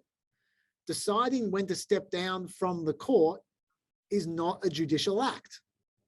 Sorry, that's what. Oh, yes, sorry, I got you. Okay, sorry. He said, Chief Rehnquist said, no, it's not inappropriate. And Breyer agreed with him, saying deciding when to step down from the court is not a judicial act. So Breyer agreed you should take into consideration the party of the president, which is political. So Democrats would be pleased to see that. And then he quoted Scalia, who said, I don't want somebody appointed who will just reverse everything I've done for the last 25 years. And he said, that will inevitably be in the psychology of my decision. So in other words, Democrats relax unless a Democrat senator dies in the next year. Then you should get very worried. Anyway, enough of that. Do you have anything to say about Supreme Court before we go to COVID? No, except that they do love precedent, so it's good that there's a precedent for Breyer retiring soon. Yes, there's plenty of precedents for that. Okay, COVID. They're up to 192,000 new cases, still going up. 1,800 deaths, still going up per day. New in the cases, Mississippi's passed New York as second for deaths per capita, total deaths over the entire pandemic. Okay, New York's no longer second, New York's third. Mississippi is second. Who's first, Melina? Take a guess. I'm guessing Florida. No, Oh. New Jersey. You don't hear much about New Jersey. Dark horse. Do you remember back when New York had lots of deaths? New Jersey had lots of deaths as well, but it was always never quite as bad as New York. So people just didn't pay much attention to it. But then they kept on having deaths after New York stopped having deaths. So New Jersey's number 1. Louisiana's number 4. Massachusetts is number 5. There you go. They're actually really close. The whole top 10 are really close together now. Like people have this impression, I think New York was miles ahead of everyone. But now New York's third, and New York might drop out of the top 10 in the next 3 or 4 months because they are all very close together. On Mississippi, it's not a coincidence that it is rising in the deaths per capita. We all know about the fact it's got lots of Republicans and lots of black people, both of whom have less vaccinations than their equivalent. When I say they're equivalent for black people, I mean white Democrats. Black Democrats have less vaccinations than white Democrats do, but black Democrats have more vaccinations than white Republicans. So when Dan Patrick the other day, the Texas Lieutenant Governor, suggested that the problem was actually black people with vaccinations instead of Republicans, he was very wrong. It's but anyway. It feels like something that would have been very easy for him to check before asserting. I'm not sure he cared about the accuracy of his point, especially the political salience. Anyway, Mississippi is not just it's got lots of black people and lots of white Republicans, but also it's got a terrible healthcare system. It's got less physicians per capita than any other state in America. It also has lots of rural hospitals shutting down. And you might go, well, that's a shame. They're shit out of luck over in Mississippi. No, that's because of a political decision. And that political decision is that they don't accept Medicaid money from the government. Well, the Medicaid extension from Obamacare. And when Obamacare passed, they had extra money if you extended Medicare to more people, more poor people. And the red states refused to do that. Mississippi still refuses to do that. The states that do that, often that money goes to rural hospitals because rural hospitals often service the poor. And so they use Medicaid money to fund the hospital. Mississippi has lots of poor people. It's not taking that Medicaid money. So they don't have any funding for the hospitals. So the hospitals close down. Then they have less physicians.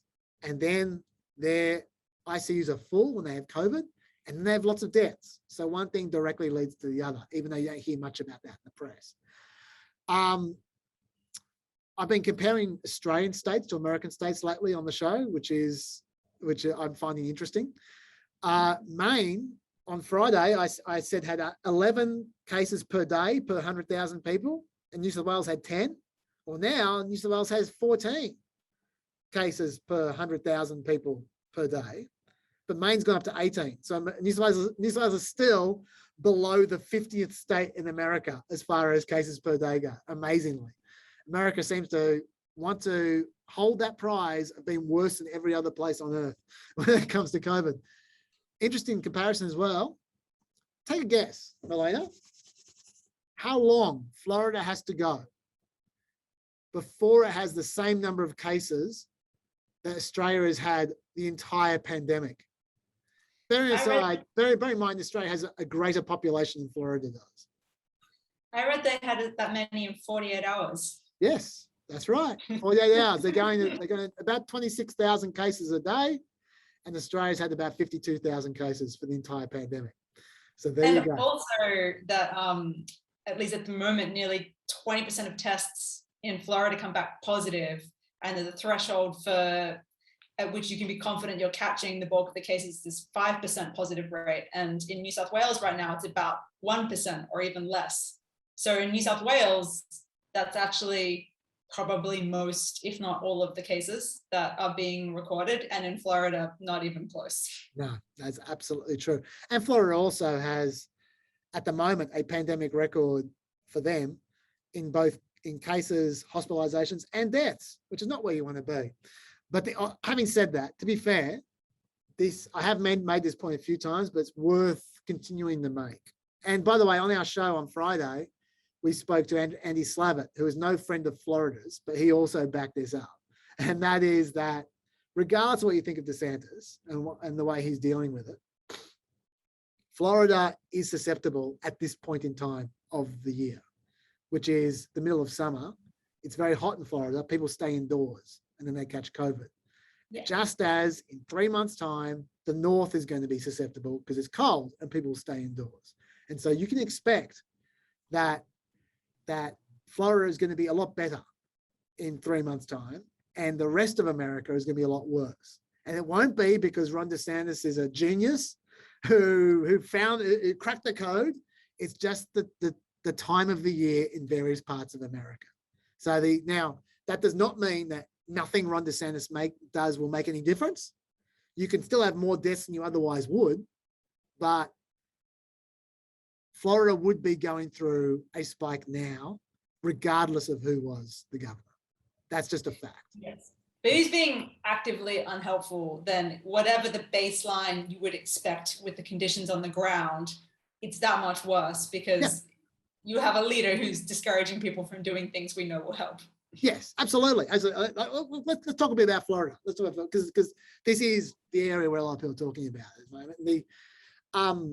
Like obviously when we're talking about Ron DeSantis, we should explain to people, we've talked a little bit about this on the podcast before, but essentially he's made a big deal of that banning mask mandates and vaccine mandates. When I say banning, I mean stopping it so that schools and companies can do it themselves. Like not saying, I'm not going to have a mask mandate, saying you're not allowed to have a mask mandate, which is an extreme position to take. Some might say, unless you're running for president in 3 years and you want to win the Republican primary, hypothetically speaking. Now, it hasn't worked out well for him. 7 school districts have ignored him completely and just doing mask mandates anyway and said, well, what are you going to do, mate? That's over half the students in Florida to begin with. The Florida courts have overruled him. They've said you can't do that. They're citing the Florida Constitution, which says, quote, adequate provision shall be made by law for a uniform, efficient, safe, secure, and high quality system of free public schools. Safe. The word safe is there. Adequate provision, safe. And so for that reason, they're saying you can't go around trying to stop people trying to be safe in a school. As a little side, I'll let you go for a start. What are your thoughts about the whole school mask mandate thing with Ron DeSantis? Well, I just find it interesting in general that DeSantis in particular and Republicans more broadly have kind of taken this tack because it could just, I mean, not so much with the schools, but especially with like trying to stop businesses from having sort of vaccine policies.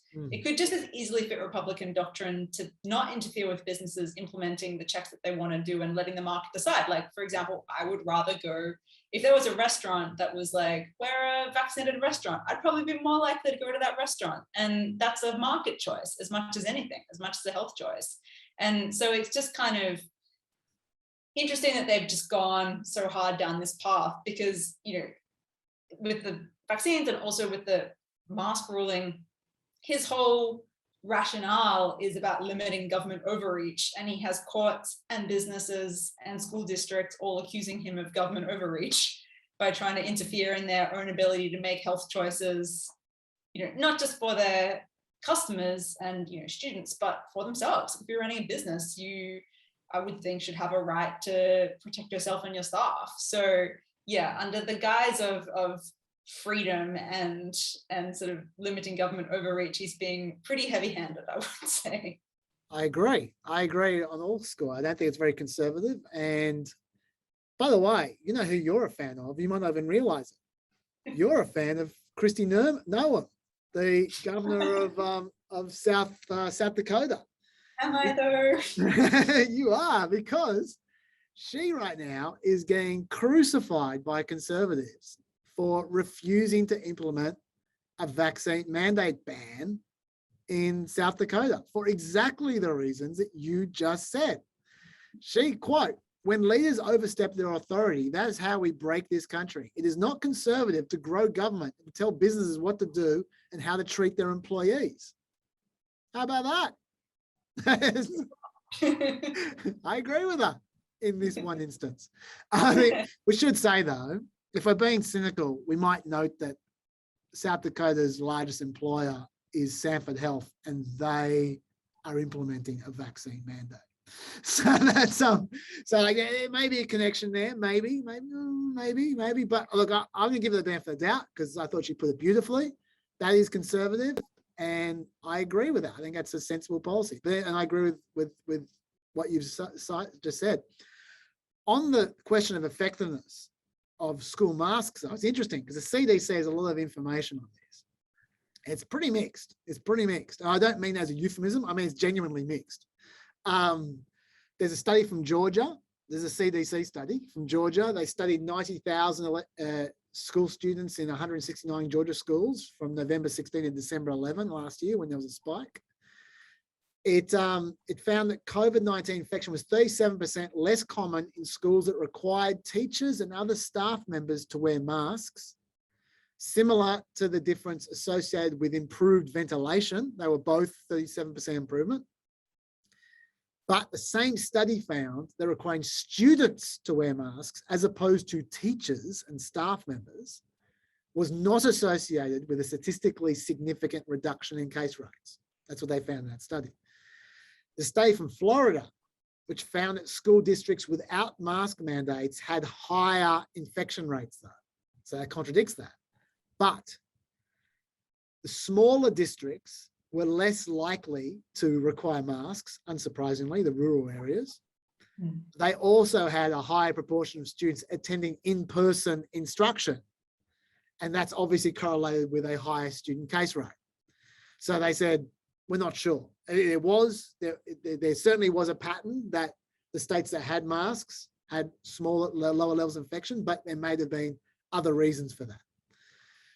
The CDC, their conclusion was kind of on the fence. Most studies that have shown success in limiting transmission in schools involved prevention strategies that include requiring staff only or staff and students to wear masks. That's them saying, I don't know. Which is, we need to be fair about that. It's not like there's some slam dunk evidence out there that people go, oh, it's going to make a huge difference. But my take on this kind of stuff, I've said this a few times, but I think it's worth repeating. I said this on the drum and got into a bit of trouble, is that I feel like with restrictions, you just need to be patient. You need to, even if you don't think it makes sense, you need to show some grace and some tolerance because the pandemic is putting everyone under pressure, including governments.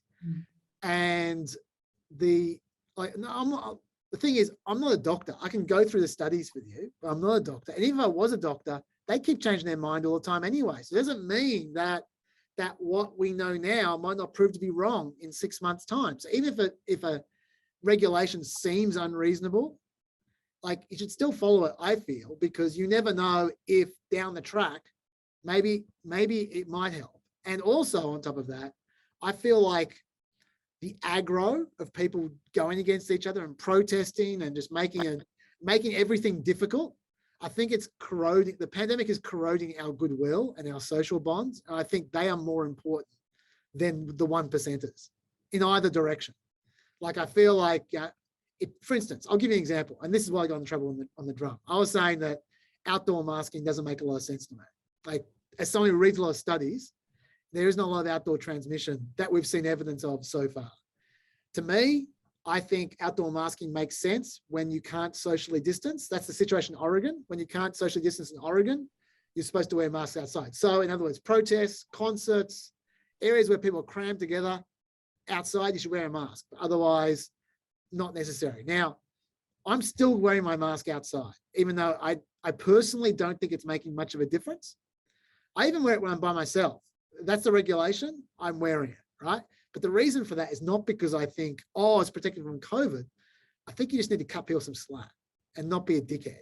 Because the bottom line is, if we let everyone get aggro and at each other and constantly being, lacking goodwill, it'll not only compromise everyone's health, it'll compromise their schools, it'll compromise their kids, it'll compromise the economy, it'll compromise everything. And so I just reckon just cut people some slack, have some grace. And if it doesn't, I personally feel if it doesn't make a difference to you much, then just roll with it. It's not worth it. It's not worth it. Like we've got a problem and vaccines will solve it, but not 100%. And we should just do whatever we can, I feel, to just help everyone. Because I think the alternative is not great. I don't know. What are your thoughts? Yeah, I think that the fact that health has become so polarized. People talk a lot about polarization in politics and how damaging it is, but it's particularly pernicious in a health context because it literally endangers lives when people start making health decisions on the basis of politics rather than on the basis of science and evidence. Even like I was reading the other day that vaccine status within states is more predictive of how a state voted in 2020 than how they voted in 2000, which is just wild to me. That, whether you are going to get a vaccine to save your life or not is dependent on who you vote for. So I think that's like a very bad, damaging thing overall that's going to have potentially really terrible long-term consequences. But also on the kids and masks and schools, I think in general with COVID, like it's a new virus. There's still so much we don't understand about it. And I think that's particularly true when it comes to anything to do with kids. We know even less about COVID and kids, how it affects them, if it affects them as much or not. Like there's a lot more kids getting it at the moment. Is that because the Delta strain has a worse effect in kids, or is it just because it's so contagious? We don't really seem to know that yet either, whether masking in school would make a difference or not. Like, are the vaccines safe for kids? Or, some people say the, risks aren't worth the benefits for young kids potentially. We don't know yet. There's a lot we don't know about COVID in general. And a lot of people with goodwill are trying to find all these things out. And I think in the meantime, I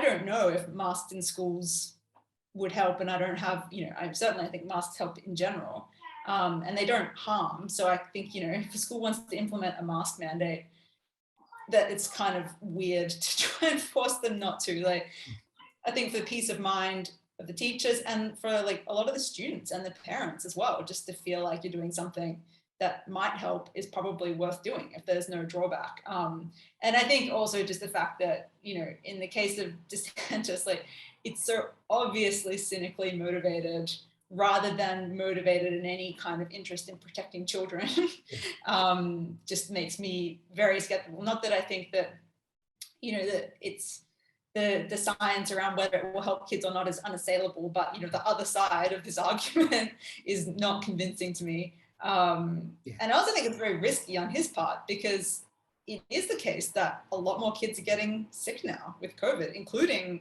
it's a small percentage, relatively speaking, that end up in hospital, end up really sick. But if it's like 1%, you're still going to end up with a lot of really sick kids. And people might put up with a lot of shit around COVID in America that we don't put up with in Australia. But I think like hordes of sick kids is something that would be very difficult for any politician to launch a presidential bid off of.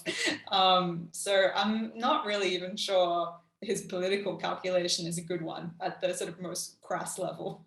Well, that's a great point. And we should point out Quinnipiac, Florida residents support students wearing masks at schools 60-36. So interesting call. It's from a political point of view. I totally agree with we're agreeing with everything everyone that each other says here. But anyway, I agree with everything you just said just then. That I mean, there's no doubt that masks work. Like, let's leave aside the school kids wearing the masks. Masks work without doubt. Generally there is a. Yeah, that wasn't clear when I was saying it before. Absolutely, that is very. Yeah. Very proven and known, and I wear a mask everywhere I'm supposed to wear a mask. Absolutely. There was a study from the CDC from May where all staffers at a school in California were vaccinated except for 2 teachers. Okay, just 2 teachers, right? One of those two came into work for 3 days while they were symptomatic with nasal congestion and fatigue. But before they knew they had COVID, they read aloud to their class at times, unmasked, okay? Those students were spaced out like they do in schools in California, like for COVID, way spaced out, right? And some of them wore masks, but all of them were too young to be eligible for vaccination. 8 of the 10 kids in the front 2 rows ended up testing positive in that class. So that's why you need masks.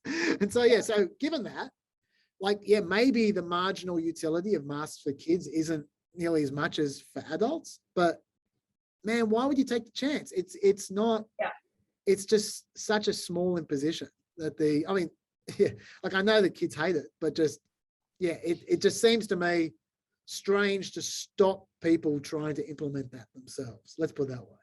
It's not like vaccinating kids where you have to go through this process of making sure that it's safe. You have to go through testing and trials. Like obviously the vaccines have been proven very safe and effective for adults, but you still have to take those steps to make sure that it is safe in kids in case it affects them differently. That's a process they're still going through. Hopefully it is all proven safe and effective soon and kids can get vaccinated as well. But especially when they can't, if there's a thing that you can do that we know helps adults, even if kids are fiddling with their mask, even if it's not 100%, if it helps a little bit, and there's no negative risk, there's no drawback except that it's a bit uncomfortable and a bit annoying. You know, it seems like an obvious choice, and again, a very weird thing to stake your political capital on trying to prevent. It's looking like, by the way, that it seems like Pfizer's going to get the approval for 5 to 12s to get vaccines in the end of November. It's looking like end of November, early December, they're suggesting. What DeSantis is doing, by the way, just a little coda for DeSantis, is he's not just staking his presidency, his presidential candidacy on being a dickhead, but when it comes to masks, but also he's pushing this Regeneron thing, which is antibodies. Florida, Missouri, Texas, they're subsidizing to the tune of millions of dollars these antibody treatments. You need to get them early for it to work. Like they need to be infected first, and then if you get them early, then it seems to work. It certainly hasn't got full approval yet from the FDA for all those people who are so worried about the lack of approval for the vaccine. But the data suggests that it cuts the risk of hospitalization or death by about 70% in high risk patients, if you inject antibodies into them just when they get the COVID, if you get them early. It can also reduce the chance of infection amongst the patient's household members by more than 80%. But if you don't get them early, it does nothing. So you've got to get them early. Also, super expensive, like 20 grand per transfusion. So yeah, I mean, obviously it's free in Florida because of DeSantis, because he's backing it. And I won't play the clips because we're running out of time, but there's a whole bunch of annoying clips of Fox hosts suggesting that it's better than a vaccine. Like Hannity said, the vaccine will not necessarily protect you. It's not protecting many people. That's why he says you should get Regeneron. And Ainsley Earhardt said, Regeneron are the antibodies. So you're basically still getting vaccinated because they're sticking you with the antibody. No, you're not. No. Anyway, it's annoying, but the fact is that it is thought to make a difference. Now, I should say, health people around America are saying if you get sick, use Regeneron, but it's just best to not get sick in the first place with the vaccine, ideally. And also, it's not either or. Like Greg Abbott, governor of Texas, he has been vaccinated. He's contracted COVID, which we know is possible. He wasn't symptomatic, and even then, he took Regeneron. Fine. Like I'm not against there being good treatments. We need good treatments as well because we're not going to have herd immunity. That you can still get breakthrough cases with vaccinations. You can still have people get vaccinated, and it doesn't. Like in some minority instances, it might not be as effective for them. Like there's all kinds of reasons why we also need treatments for the disease. So it's a good thing that people are looking into that and that making as many kinds of effective treatments available as possible. But we have a treatment for HIV now. It doesn't mean that we say who gives a crap about safe sex. Like, prevention is also very good, and why you wouldn't do all the things that you can do, why you wouldn't try to prevent it in the first place, and then take the medication if you end up sick despite that, is very odd to me. I'm not questioning the logic. I'm just, all I'm saying is that the answer to your question about what happens in 2 years' time when DeSantis is running for president and during a debate, someone goes, hey, lots of people died because of your stupid mask mandate thing. He can say, well, I'm Mr. Regeneron. I'm the guy who's all about curing everyone. That's what we should be focusing on, curing people, not with masks, these flimsy pieces of cloth that don't work. Well, let's look at the antibodies that give people new life. They saved our president, our rightful president, Donald Trump. Yeah, he's going to be Mr. Regeneron. It's so obvious that's what he's trying to do. But when it works, predict on the record that that's a bad strategy, because surely between now and when he's running for president, aside from the fact that that's just an unconvincing argument in general, even that broad genre of argument, there are going to be almost certainly better treatments than Regeneron by the time he's running for president. So to stake your whole reputation on a drug that is probably going to be superseded by other better drugs within a few years, I think is dubious strategy. Funny you mentioned that. I got a tease for the next podcast. There's a new cure out there. I'll save it for the next podcast because it's going to take a little while.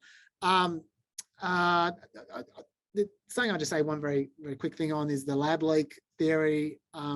The intelligence inquiry for Biden, these gave 90 days to, came back with their finding. I'll read it to you. We judge the virus was not developed as a biological weapon.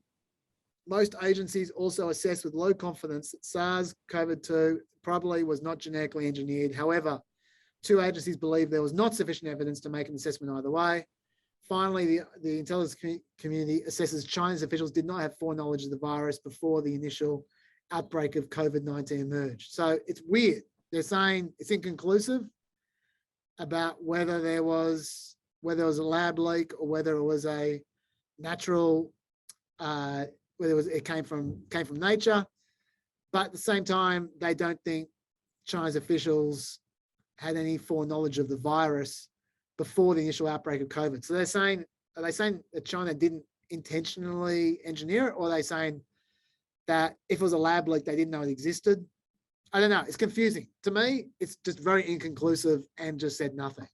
It goes to 2 pages. The whole 2 pages says nothing. I promise you.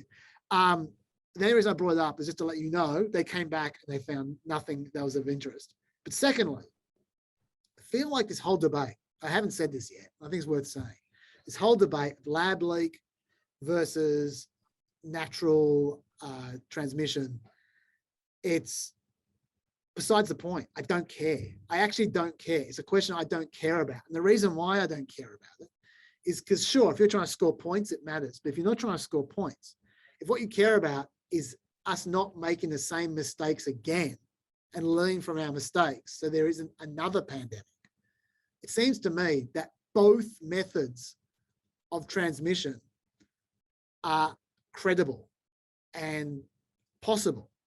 And for that reason, we should cut out both methods of transmission. I don't care if it came from a lab. I don't care if it came from a bat. We should stop it coming. We should stop any potential pandemics coming from bats or labs, because both are possible. That is now obvious that both are possible. So why not treat both of them as the potential cause and cut out both avenues, so then there's no chance of a pandemic? What are your thoughts? I think that's a very good point. I agree. I would still like to know where it came from, though, just for curiosity. Well, you should travel to China and have a word with them. Well, I'd also love to know if China knows, even if they don't tell us. Like, I'd just like to know if there is an answer to the question. Not because I want to get into the, arguing and blaming or anything like that. It's just, this big crazy thing came and changed all our lives all around the world. And it's annoying that we don't know where the hell it came from. Yeah. So, just for my own curiosity, I'd like to know, but we probably never will, which is annoying. It is annoying. We're going for 2 hours and 20 minutes. So that's long enough. You're not being punished, Melina. Well, I'm not trying. You didn't do something really bad. So we should probably end the podcast now for your sake. Do you have anything else to say about anything that you want to get out there? We got the opportunity. We've said a lot. We've said plenty. I'm glad to see you've got a dungeon, by the way, just like I've got. I hope that's your podcast dungeon. Like this is mine. But, it is my work dungeon. It was very, very nice of whatever troll usually is chained up in that dungeon to allow you to use it for the purpose of this podcast. Thanks so much again, Melina. We will, and even if you're not back in 2 weeks, I wouldn't do that to you. Do let me know whether the spoon starts sticking to you by then. It'll be like Magneto, just stuff flying everywhere at me. Melina Wicks, thank you. But how do people find you? How do you want to be contacted? Don't give it your phone number. I am on Twitter. I don't tweet very much, but I'm at Melina Wicks on Twitter if anyone wants to look at my lack of tweeting generally. I can't think of a better lack of tweeting to look at. Melina Wicks, thank you very much as always, and I'll see you guys next week. Friday. See you on Friday.